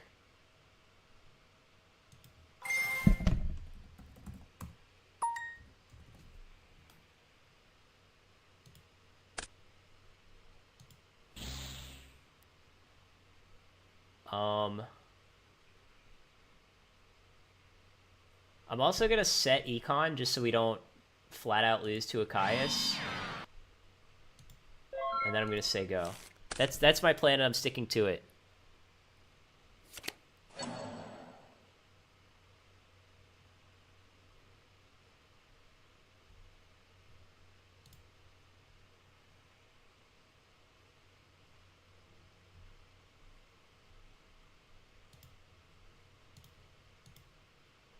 Should I go, like, chain Econ, take control of his guy? Does that, like, accomplish anything?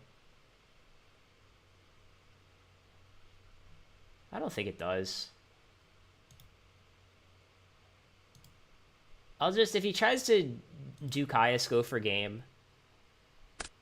Then we just Econ then. Yep, okay. So, yep. That's how we do it, boys.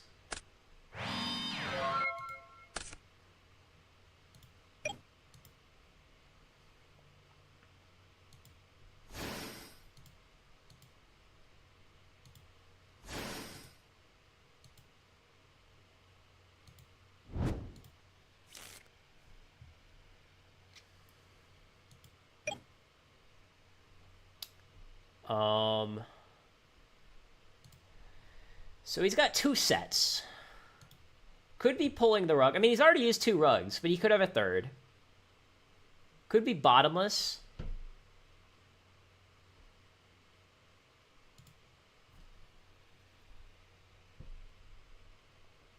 Could be Deep Prison, could be Mirror Force. I'm just trying to see if there's a way you can play around everything. Like, if we go Lone Fire into Titanial, probably the worst thing that happens is it gets hit by a second bottomless. That's, like, the worst-case scenario. But by going Lone Fire, we also, like, make our Avarice live. So I kind of like that.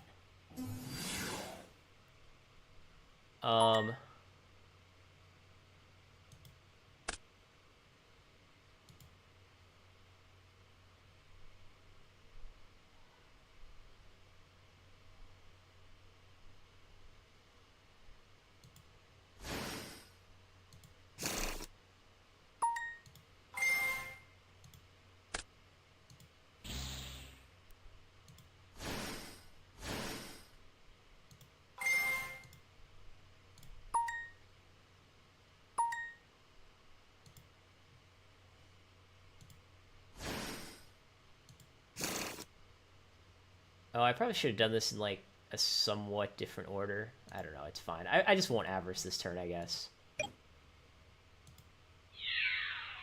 Alright,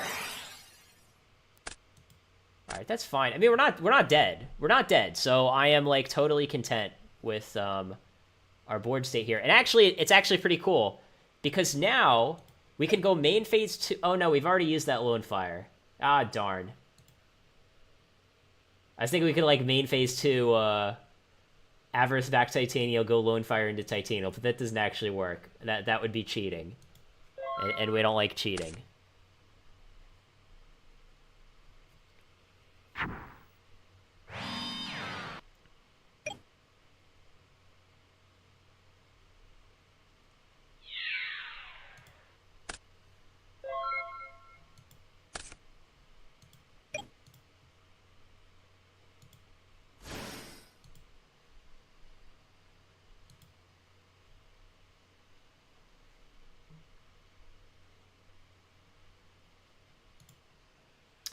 So we have, like, Substitute with full combo, right? I think I'm just gonna get back Lone Fire.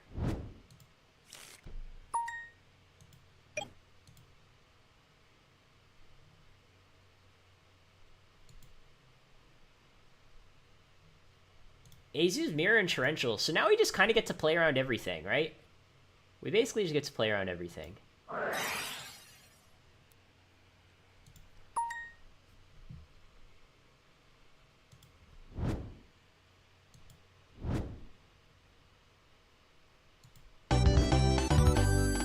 Alright, well, you just conceded. Alright, I want to take a quick bathroom break. If you guys have any questions for me in the chat about the deck, you know, go ahead and ask, and then I'll answer, you know, in a minute or so.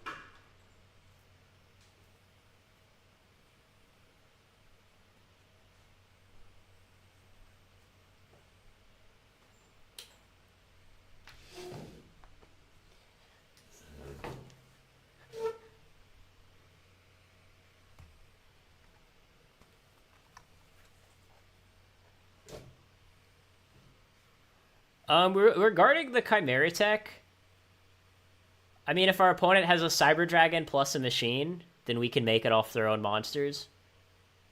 Like, if you think there's some other card in my extra deck that I should have instead of Chimera Tech, you know, feel free to tell me, like, which card you think would be better.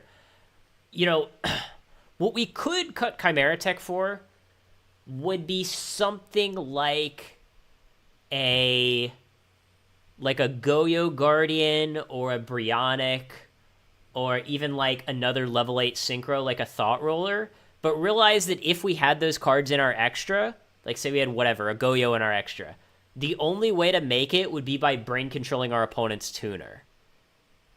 So whatever we cut Chimera Tech for is going to be like another extra deck card that is probably just as situational as Chimera Tech. So you can cut it if you want, but like you're not going to, like, it's not going to significantly improve the deck. And to be honest, like, I'm even thinking of just cutting like Super Polys from the side. And if we cut Super Polys from the side, we can cut 4 cards from the extra and then basically just play whatever the hell we want, right? We'll just have room for everything. Like I said at the beginning of this stream, I think this side deck could be improved. I don't know how it could be improved, but like if you're going to play with this deck and thinking about what to change, I would take a look at the side deck and see if you can find something better. Yeah, yeah, same with like Colossal Fighter, right? Like you can put a Colossal Fighter in your extra, but then the only way to play it is by brain controlling your opponent's tuner monster. And I don't know what that would be. Like if your opponent has like say a Krebins in play, then you can brain control the Krebins and then make a level 8 synchro with a Caius. Or if like maybe you're up against Blackwings and they have a Gale in play, you could brain control the Gale and... But like I don't know what you're going to synchro off with Gale. Like okay, you brain control their Gale, maybe you have like a Treeborn Frog in play. And then what, right? What do you know... What are you supposed to do after that? And even like Armor Master. Blackwing Armor Master is a card you could put in the extra. Plus, man, I think you're missing the point here. Everything that you're saying isn't possible without brain controlling your opponent's tuner. Right? So whether it's Cataster, Magical Android, Goyo Guardian, Brionic, Colossal Fighter, whatever, all of those cards are not possible to make unless you brain control your opponent's tuner monster. So, I mean, Cataster, it's theoretically possible to make. But like, what tuner are you going to brain control? I mean, I think this is definitely like a top 3 deck in Edison. It's the deck that's worked the best for me. That doesn't mean it's like the best. I think it's a good like a good pub stomper deck, right? Like against a lot of the random shit that people play in ladder, this deck does very well because it has a very high power level. And to me, that's kind of like the sort of like first level of thinking of how to solve a format is like, what's the most powerful thing I can play, right? I prefer to be asking the questions than having the answers. I want to make my opponent have to main deck or side deck a bunch of cards to beat me. Yeah, you don't want to play Plague Spreader. I mean, there might be some things you could do with Plague Spreader. Like, maybe you could Foolish Burial for Plague Spreader, and then use Plague Spreader to, like, put your Titanial on top, and then Lone Fire for your Titanial. But, like, I don't know. I think that's going to be a little situational. It basically comes up never that I wish I had a different card in my... Like, you could play a 10-card extra deck, and you would do fine. Like, say you're, like, an IRL player, and maybe you can't, like, I don't know, you don't have some of the cards in your extra. It's fine. Like, you'll notice most games, okay, we make Drill Warrior, we make Red Dragon, we make Stardust, we make Black Rose. We did have that one game where, like, Junk Archer was clutch, but it's very rare that you make Junk Archer. You could play, like, practically like a 3-card extra deck and do fine. You could play 1 Drill Warrior, 1 Red Dragon, and 1 Black Rose. and just play a 3-card extra deck, and it would probably be enough. You know, I'm just thinking for like budget IRL players. So yeah, and I don't think, like, realize Edison was still like only 1.5 years after Synchro Monsters were released. So they're just not like a ton of Synchro Monsters yet. Do you know what I'm saying? Like, it's not like modern Yu-Gi-Oh! Where you're agonizing over, oh, should I play this card or this other card in my extra? I don't like Hero Engine that much. You can play it, but it's like, are you seriously gonna tell me that like Miracle Fusion's a better card than Avarice? And then you just have to play all these like ridiculous vanilla monsters. Like, you have to play Alias, which is like a 1900 attack vanilla monster, and then I guess you play like a water monster too. I don't know. I'm not exactly sure on what the list is, but I think this deck has a higher ceiling and a higher floor than the hero build. What's Road Warrior? Let me actually look it up. It's level 8, right? Yeah, we probably should play Road Warrior, actually. That's a good point. Yeah, that's a good point, actually. Yeah, I'll cut Chimera Tech for Road Warrior. You convince me. Because realize we can even get Cyber Valley off Road Warrior, which is kind of cool. So yeah, you convince me.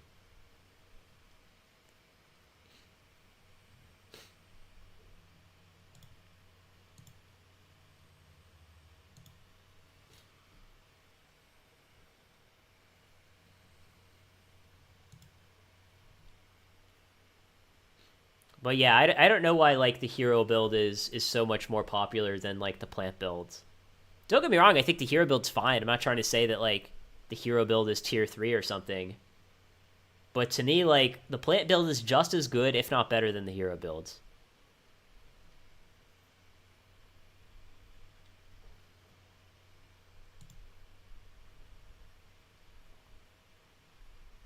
I don't think we want Minecon. And there aren't really that many good decks in Edison format that play Hamster. Like, I hate to say it.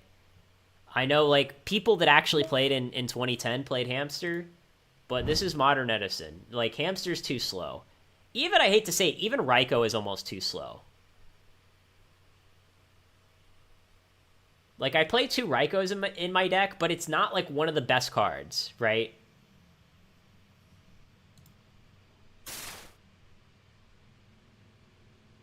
Edison doesn't have 20, like... I don't know, like, when people say 20 viable decks, like, I don't know what they mean. Like, they're not 20 decks that are, like, on par with other decks. Like, again, at the beginning of the stream, I said, like, Edison is, like, a tier 2 format. Not that, like, the format itself is tier 2, but, like, Edison is a format that has, like, 20 tier decks, 20 tier 2 decks, and, like, 3 tier 1 decks. Or 4 tier 1 decks. Which is fine. I'm not trying to criticize Edison when I say that. That is not like a dunk on Edison format. It is just... It's just kind of a reality.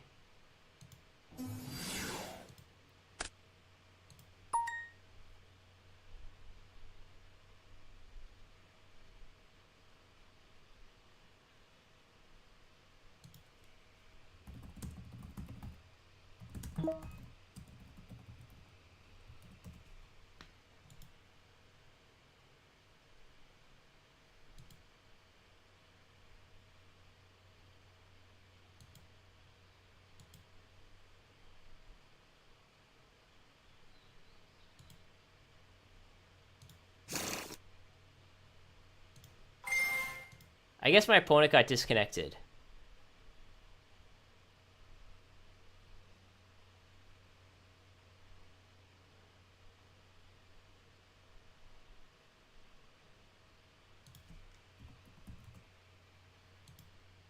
And my opponent is confused as to what I'm doing.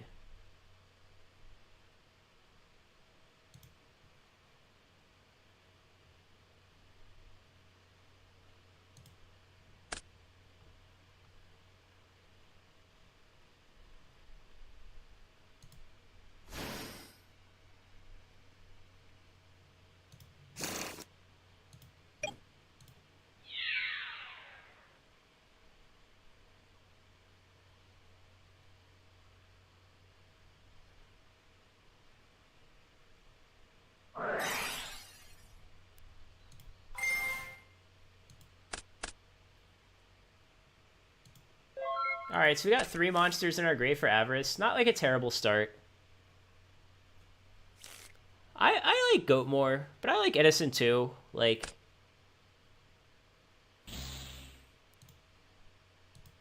Okay, that's kind of weird. And just when I said no one plays hamster, here we go. And it's unfortunate because, like, Raikou makes Dupe Frog miss timing.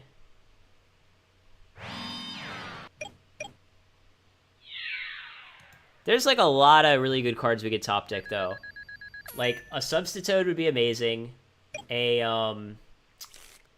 whatchamacallit.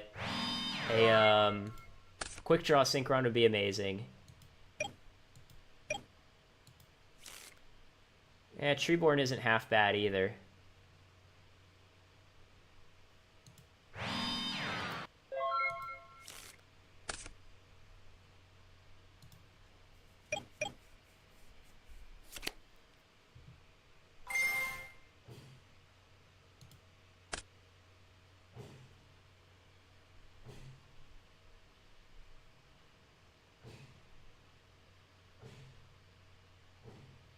I mean, I'm assuming he's targeting my monster. I suppose he could technically target his own card with Raikou.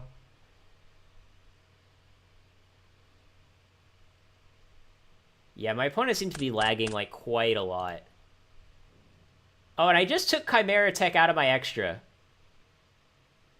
I tell you, if I have an opportunity to summon Chimera Tech and you guys just convince me to take it out, I'm going to be fairly upset. I'm definitely going to be, you know, upsetty spaghetti, as they say.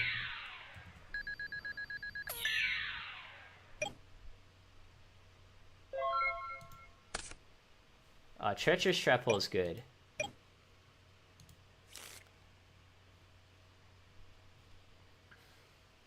I'm kind of afraid the set monster might be another Raikou. But if it's not...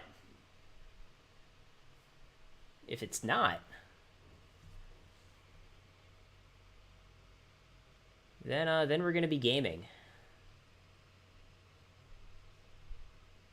I mean, I could just preemptively use the Treacherous.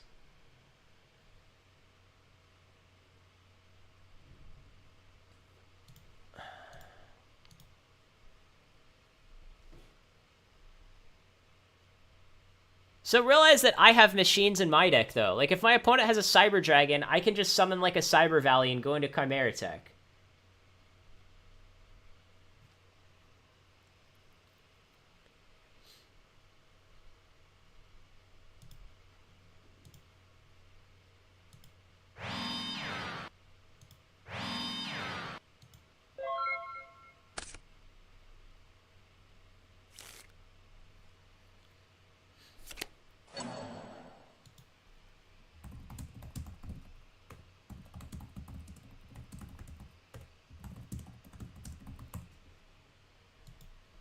It's like he just...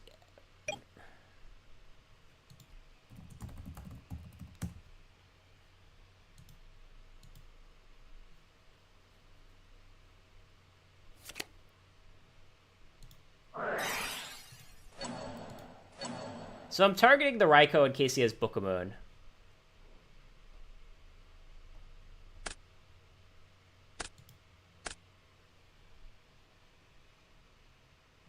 The face-up Raikou, that is.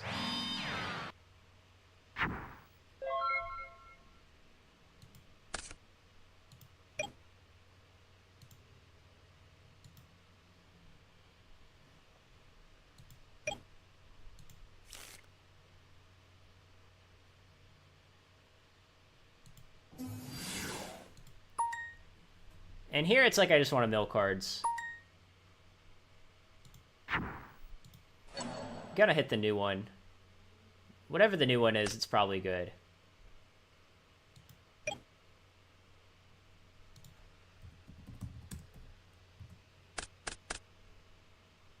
Yeah, it's fine.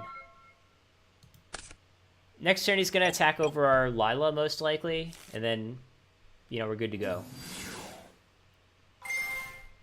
See, this would be like the perfect matchup to have Chimera Tech in our extra. Whoever suggested that.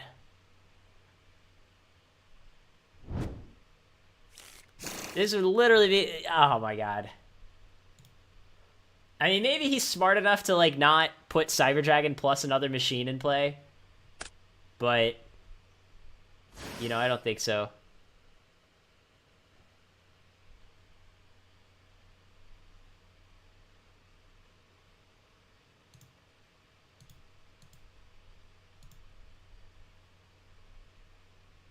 Oh, and he's equipping? Okay.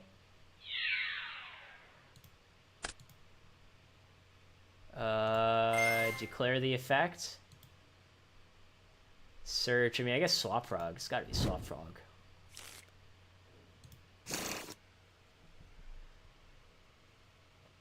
And then it's... Yeah, so when it's destroyed by battle, he kills something.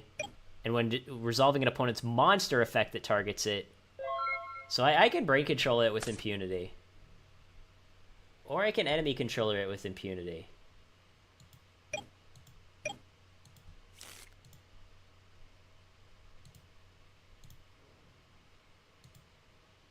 Alright, I think we want to be storming, just in case, I don't know, just in case our opponent has, like, Solemn Judgment set.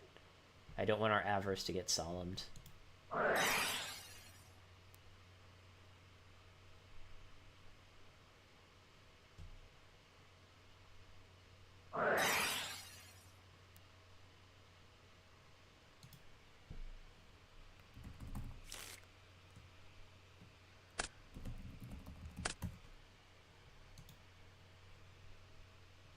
Because I could chain Econ to take Hamster. Is that something I want to do? I don't know. It doesn't seem good. Doesn't seem good.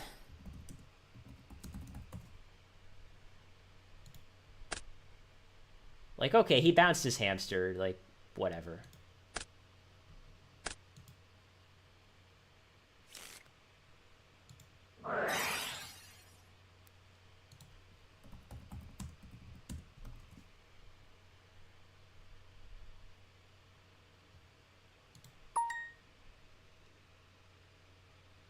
Yeah, I mean, I assume he's trying to be anti-meta.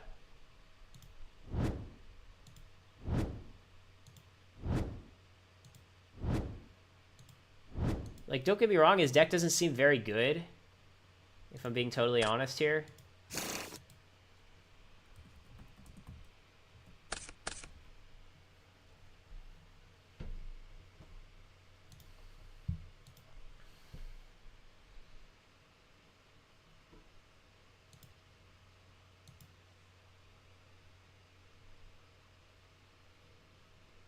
I don't really want to Raikou this guy.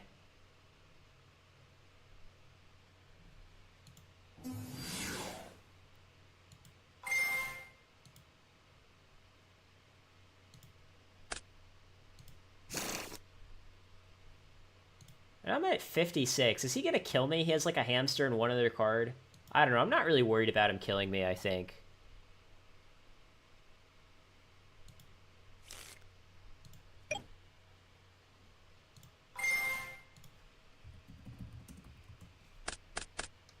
Oh, milled 3 monsters. Perfect.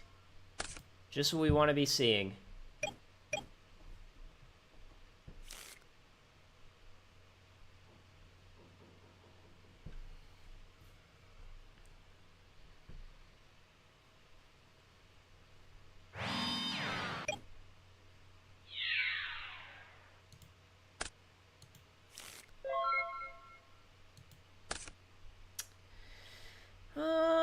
These are not really the best draws, if I'm being totally honest.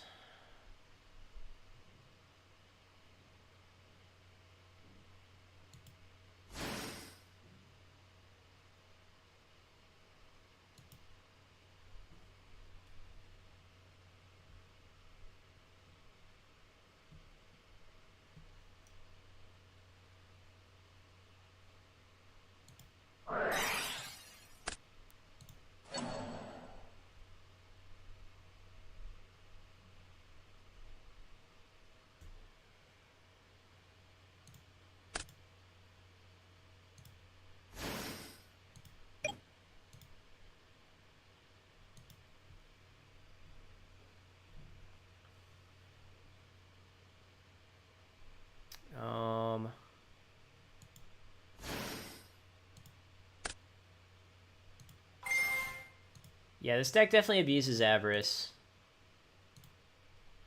For whoever may be asking.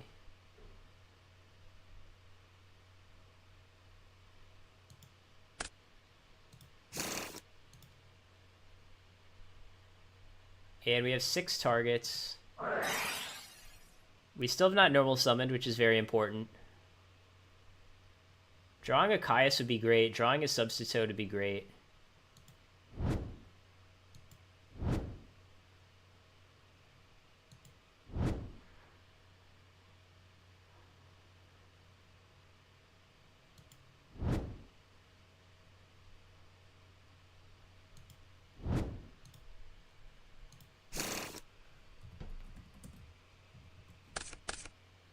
Oh my god. We're just drawing actual trash.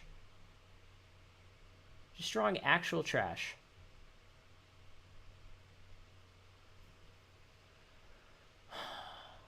Even like just drawing a Titania would have been great, right? Just like a random monster, you know, to tribute off the fortress.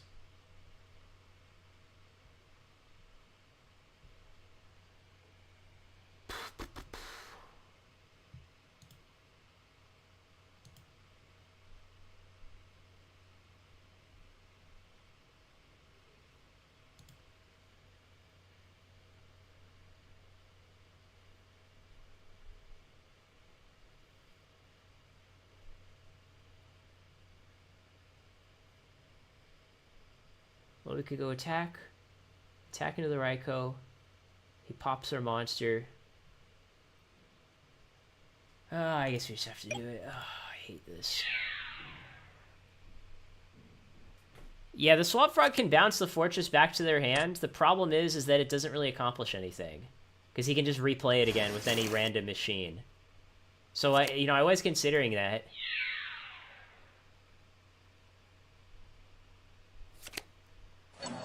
Yeah, sure.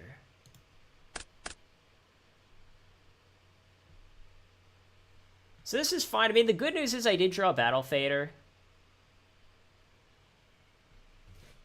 And again, I don't know like why so many people in chat keep referencing card advantage. Card advantage almost doesn't exist in this format. Like, I have 2 Dandelions in my hands. Like, I have a Brain Control that isn't doing anything because I can't.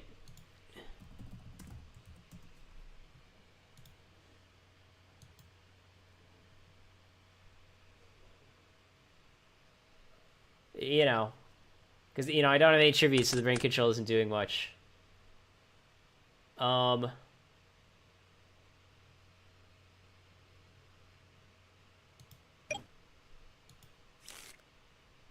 And like, I also just don't really want to set this Raikou because I don't want him to get a card in our hands.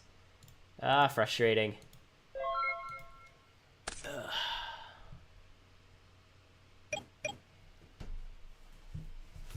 Pot of Avarice isn't good because it's card advantage. Pot of Avarice is good because it helps us recycle our threats. Like...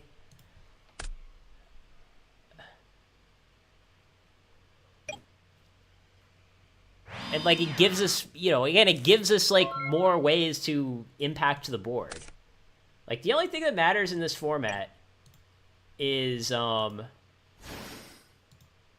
only thing that matters is basically threats and answers. Oh, yeah, I probably should have said a Dandy since I had 2. I didn't think of that.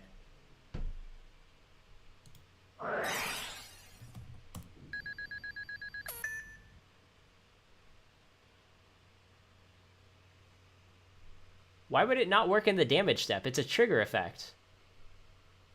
Trigger effects work in the damage step? I'm not sure if I see what you're going for there.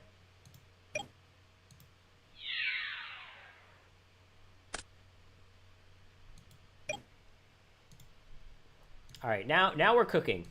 Now we're cooking.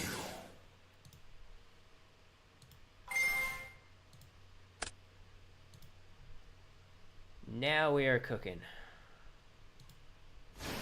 So we got a dupe and a swap.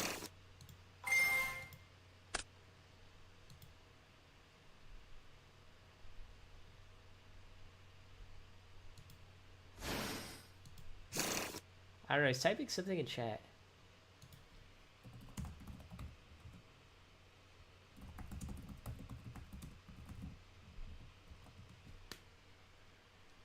Yeah, the hand rip effect is a trigger effect. Why would it not work in the damage step?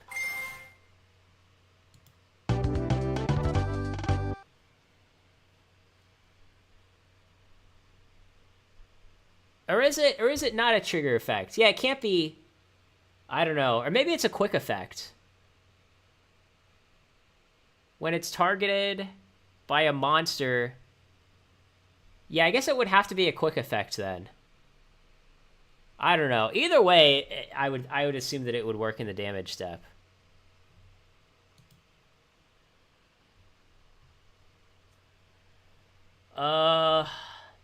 So our opponent is playing basically Light Sworn Engine with Machinas, and that's it. That's like the whole deck, right? Oh, the hand rip is continuous? Yeah, it's one of those like weird continuous effects. I mean, I've talked about this like on stream like probably 1,000 times by now. DDV is like literally not even very good against our deck. Our plan against DDV is play all my monsters. Like, DDV can make a bad hand worse, but like DDV doesn't impact our good hands.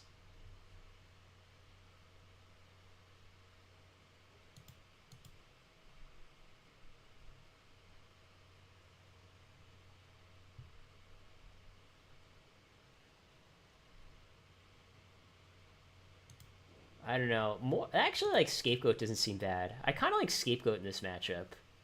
He doesn't really have a way to deal with that, I think.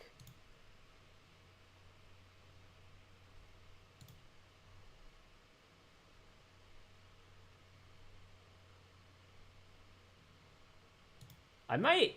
Do I want to be greedy and then just have 2 Lightsworn monsters with a charge? I'm going to be greedy and see if it works. Because I don't think Raiko is very good in this matchup. I mean, card advantage, it's... Here's the thing. Edison Format is basically... It is closer to the spectrum of classic Yu-Gi-Oh! It's closer on the spectrum to modern Yu-Gi-Oh! Than classic Yu-Gi-Oh! Right? So, like, just the same way that card advantage doesn't really matter in a modern Yu-Gi-Oh! Format, in the same way... Card advantage doesn't really matter in Edison either, for the exact same reasons.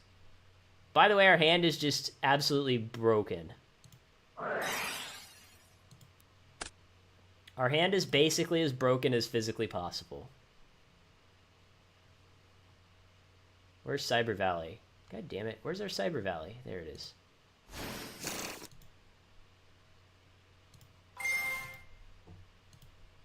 Oh, whoops. That wasn't right.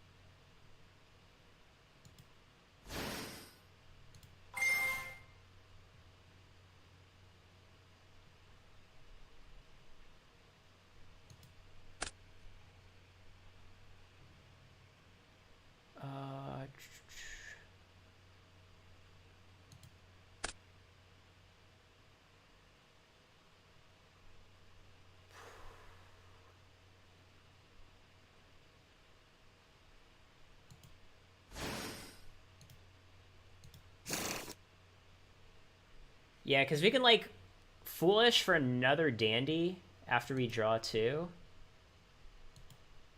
This is going to be, like, kind of crazy.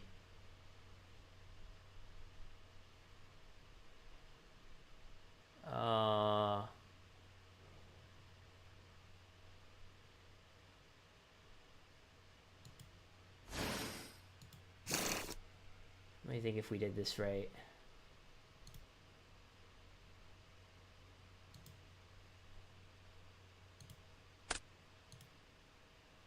We'll get the other dupe.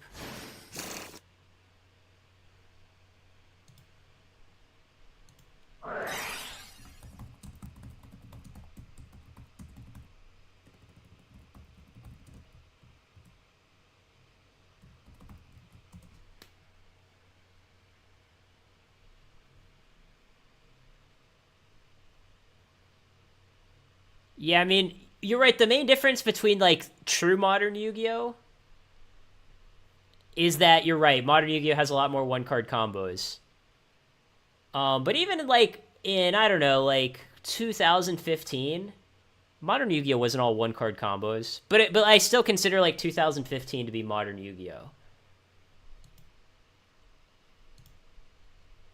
All right, I guess our opponent just doesn't have Crow. Keep in mind, we saw him with multiple main deck Crows in game 1.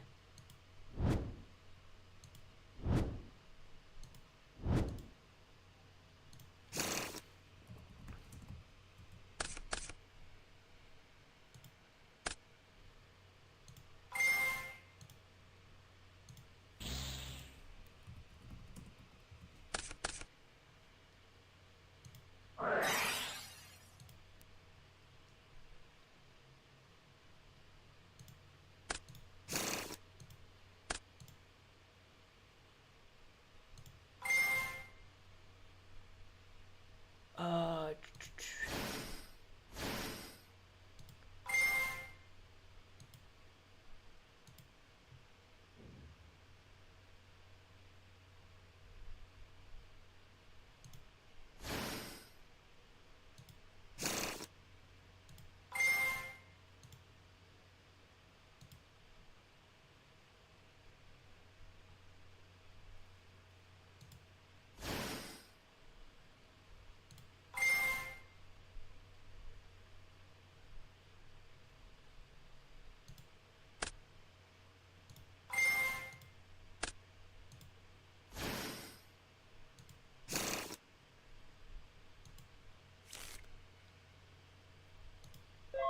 so keep in mind, we ended our turn 1 with 22 cards in our deck.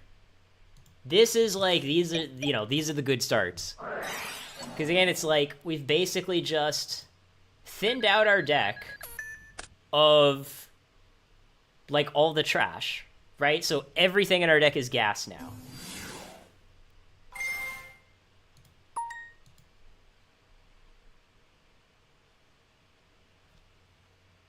Well, you have to use Substitute to thin out your deck of all the trash before you draw 2 with Cyber Valley. That's the idea.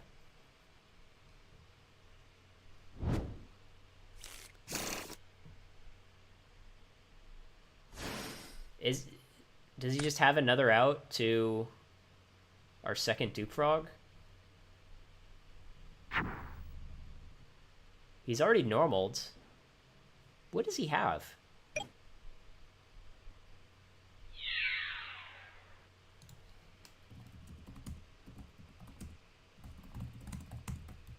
Yeah, our opponent just doesn't realize what our cards do. Oh, you're right. For some reason, I thought it was turn 1.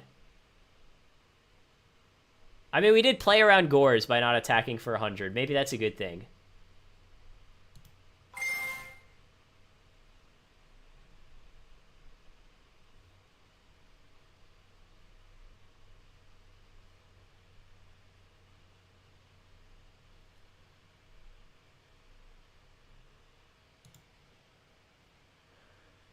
I don't know. Should he Valley before the pot? I guess you could do it either way. Like, the order doesn't really matter much on Valley and pot. Maybe using Valley before pot is better. I mean, not necessarily saying you're wrong.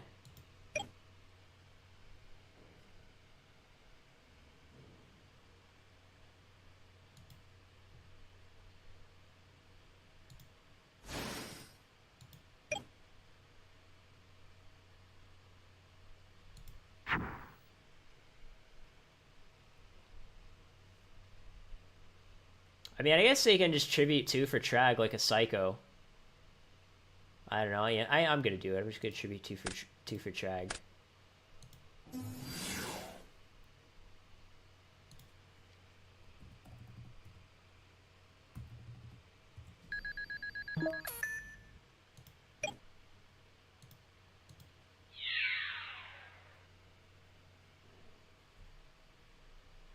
Because the problem is, if I just keep passing, at some point I'm going to go to max hand size and have to discard. First world problems.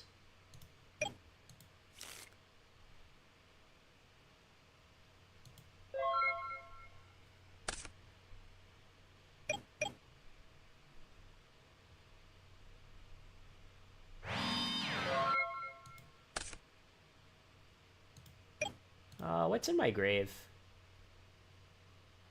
And we can actually just, like, go into Stardust, right? Probably if I did that... Oh, technically Trag was at 36 last turn. I don't know, I won't correct him. He should technically be at a different life total, but it's... Or no, it was... Wait. No, it was at 36. But yeah, I'm just thinking here.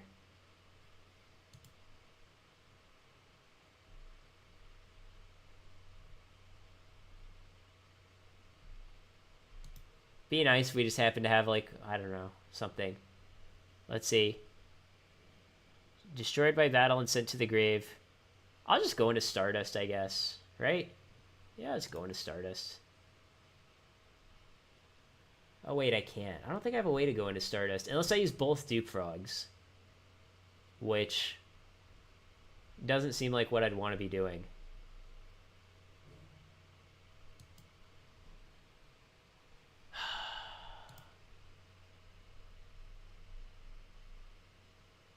Yeah, this is frustrating because I feel like I can't do anything.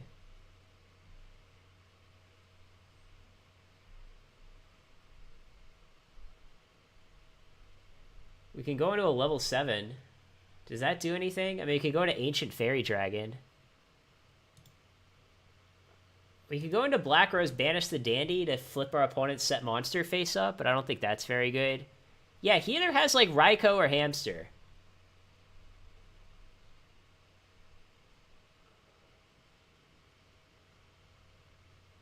I don't know. Maybe I'll just attack over his guy for some damage. And then, yeah, I'll just bring my frog back. So I have 7. 7 times 6 is 42.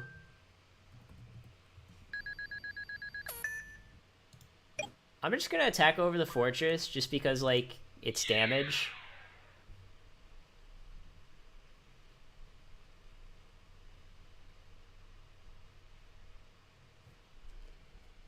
Sorry, it's probably my wife messaging me.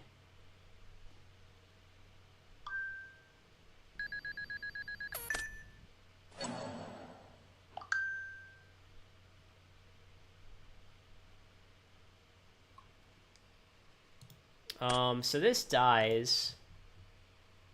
And then... I don't know, I get back Swap Frog to my hands. Just because, I don't know.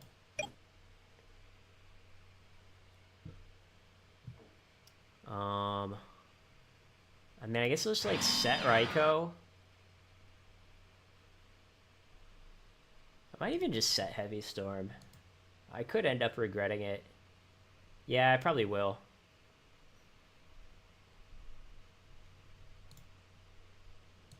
Oh, you know what? Here's what I'm going to do. I'm going to be tricky.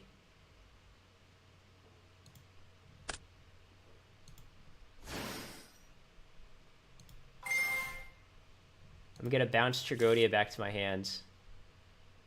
And say go. That's how you do it, boys. Like, Swap Frog's effect of bouncing stuff back to your hand is super relevant. In any Frog deck, not just this one. Like, bounce back Caius. Bounce back... I don't know. Bounce back anything. You know, bounce back your opponent's monster if you, like, take control of it with something. Oh, Fossil Dyna. That's a good card, but in this case, we can deal with it.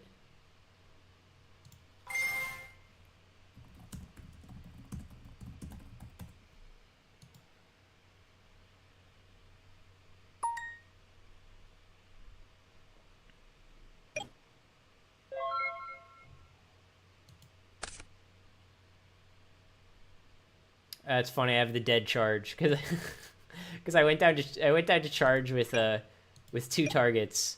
My only targets for charge are Lila and Raikou, and I just have them both.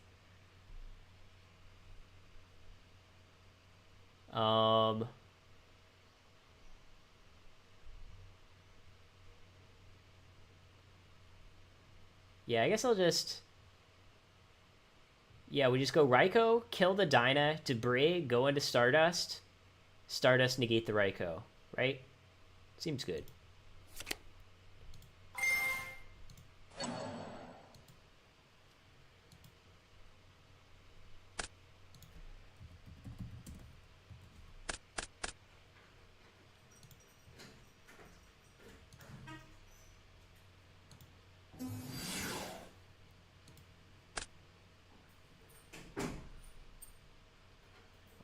Something he wants to type.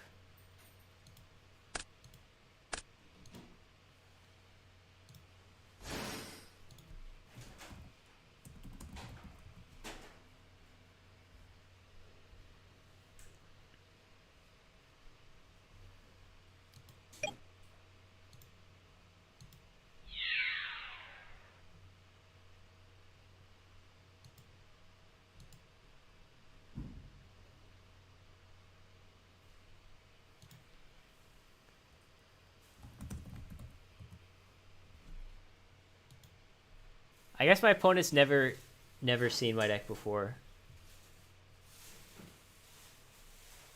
Yeah, I mean, I've heard about, like, the Gigavise deck, but, like, are you really going to tell me that Gigavise deck is, like, has a better game plan than this?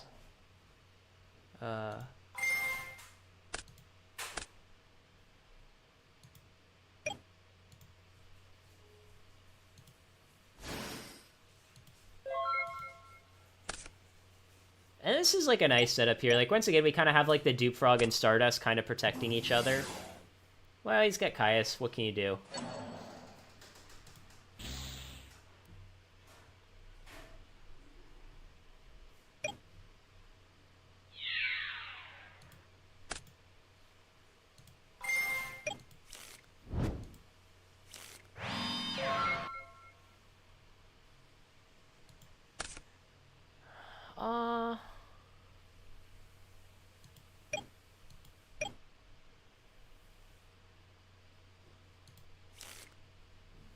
We've gone through... Oh, we've only gone through one Avarice. For some reason, I thought we'd gone through more.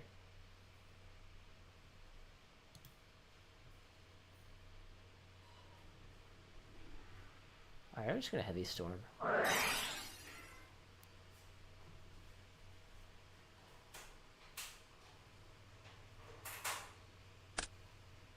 No, it's his own Heavy Storm. Too bad. So I think here I'm just going to go swap, attack Caius, drop Tragodia, and then attack Caius. You know, because why not?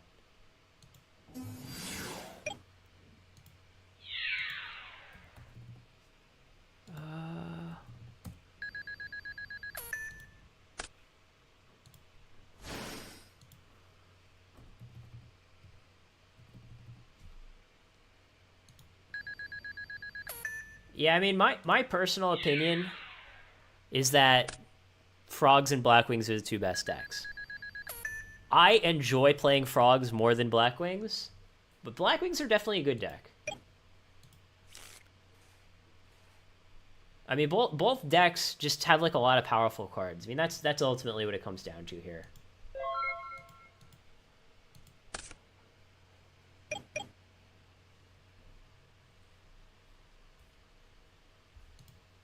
Surely at some point we'll draw another Avarice, right? I'm kind of scared that if I summon Lila, I'm gonna mill my Avarice, and then deck myself. So, do you want me to finish this up? Okay. All right. Sorry, it's gonna be a bit of a short stream today. So after. Alright, well, I was about to say that after this match I was going to go, but my opponent conceded, so it looks like after this match is right now. Oh yeah, Glads are definitely a good deck too. Here's the thing. Glads and Edison is like Goat Control in Goat format. It's a good deck, but it has like a very high skill floor, and that keeps people from playing it. Like, just the same way Goat Control is very good in Goat format, but it sees very little play, Glads are kind of like the same thing. Like, yeah, I'm definitely not going to lie. Like, I think Glads has the potential to probably be, like, a top 5 deck in Edison. I know that's probably, like, a very hot take, that Glads are top 5 in Edison, but I think it's true. And this deck, by the way, has a horrible matchup against Glad Beasts. It's winnable, but you are definitely not happy to see a Glad Beast monster. I mean, I don't know. I don't think it's like it's slow compared to what? Like, I mean, it's slow compared to this deck, but it beats this deck. So like, again, it's like, okay, slow compared to what? Like, a lot of people play slow decks in Edison. Like, even my opponent's deck. My opponent's deck is a good example where I said, like, kind of everyone just plays tier 2 decks in Edison. Like, my opponent's deck last match, it's definitely not a bad deck, right? Like, he's got Hamster, Raikou, Caius, and Machina monsters. Are those good cards in Edison? Well, they're certainly playable. They're not terrible. But, like, our opponent's deck wasn't doing anything broken. And obviously, like, if I'm playing, I want to be doing something broken. I don't just want to be doing something that's, like, kind of good. I don't want to be, you know, respecting my opponent. I want to just have the nuts. Yeah, I mean, sort of like the classic, like, triangle, you know, the classic, like, RPS is, like, Glads beat the combo decks. The combo decks do well against Blackwings, and then Blackwings does well against Glads. And when I say Blackwings, I mean normal Blackwings. Like, I think Glads does fine against, like, the, you know, the Vayu turbo decks, as people call them. Glads does fine against that deck. The main thing that you have to be scared of is, like, Royal Oppression. And actually, do I have my Blackwing deck on this account? Oh, I don't, unfortunately. But, like, my build of Blackwings in this format plays double Oppression and double DD Crow. Because Oppression is just absolutely broken, and you'd be crazy not to play two. And then DD Crow, because, like, DD Crow is very good against this deck. And DD Crow is also, like, decent against just most decks in general.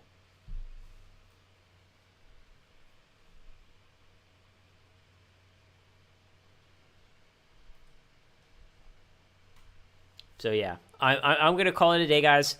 Since this was kind of a short stream, sorry, I gotta go. Since this was kind of a short stream, I might stream Edison Format again next week.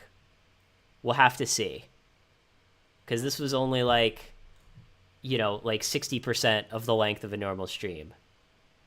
I can play some Blackwings next time if you guys want. I think this deck is more fun to watch than Blackwings.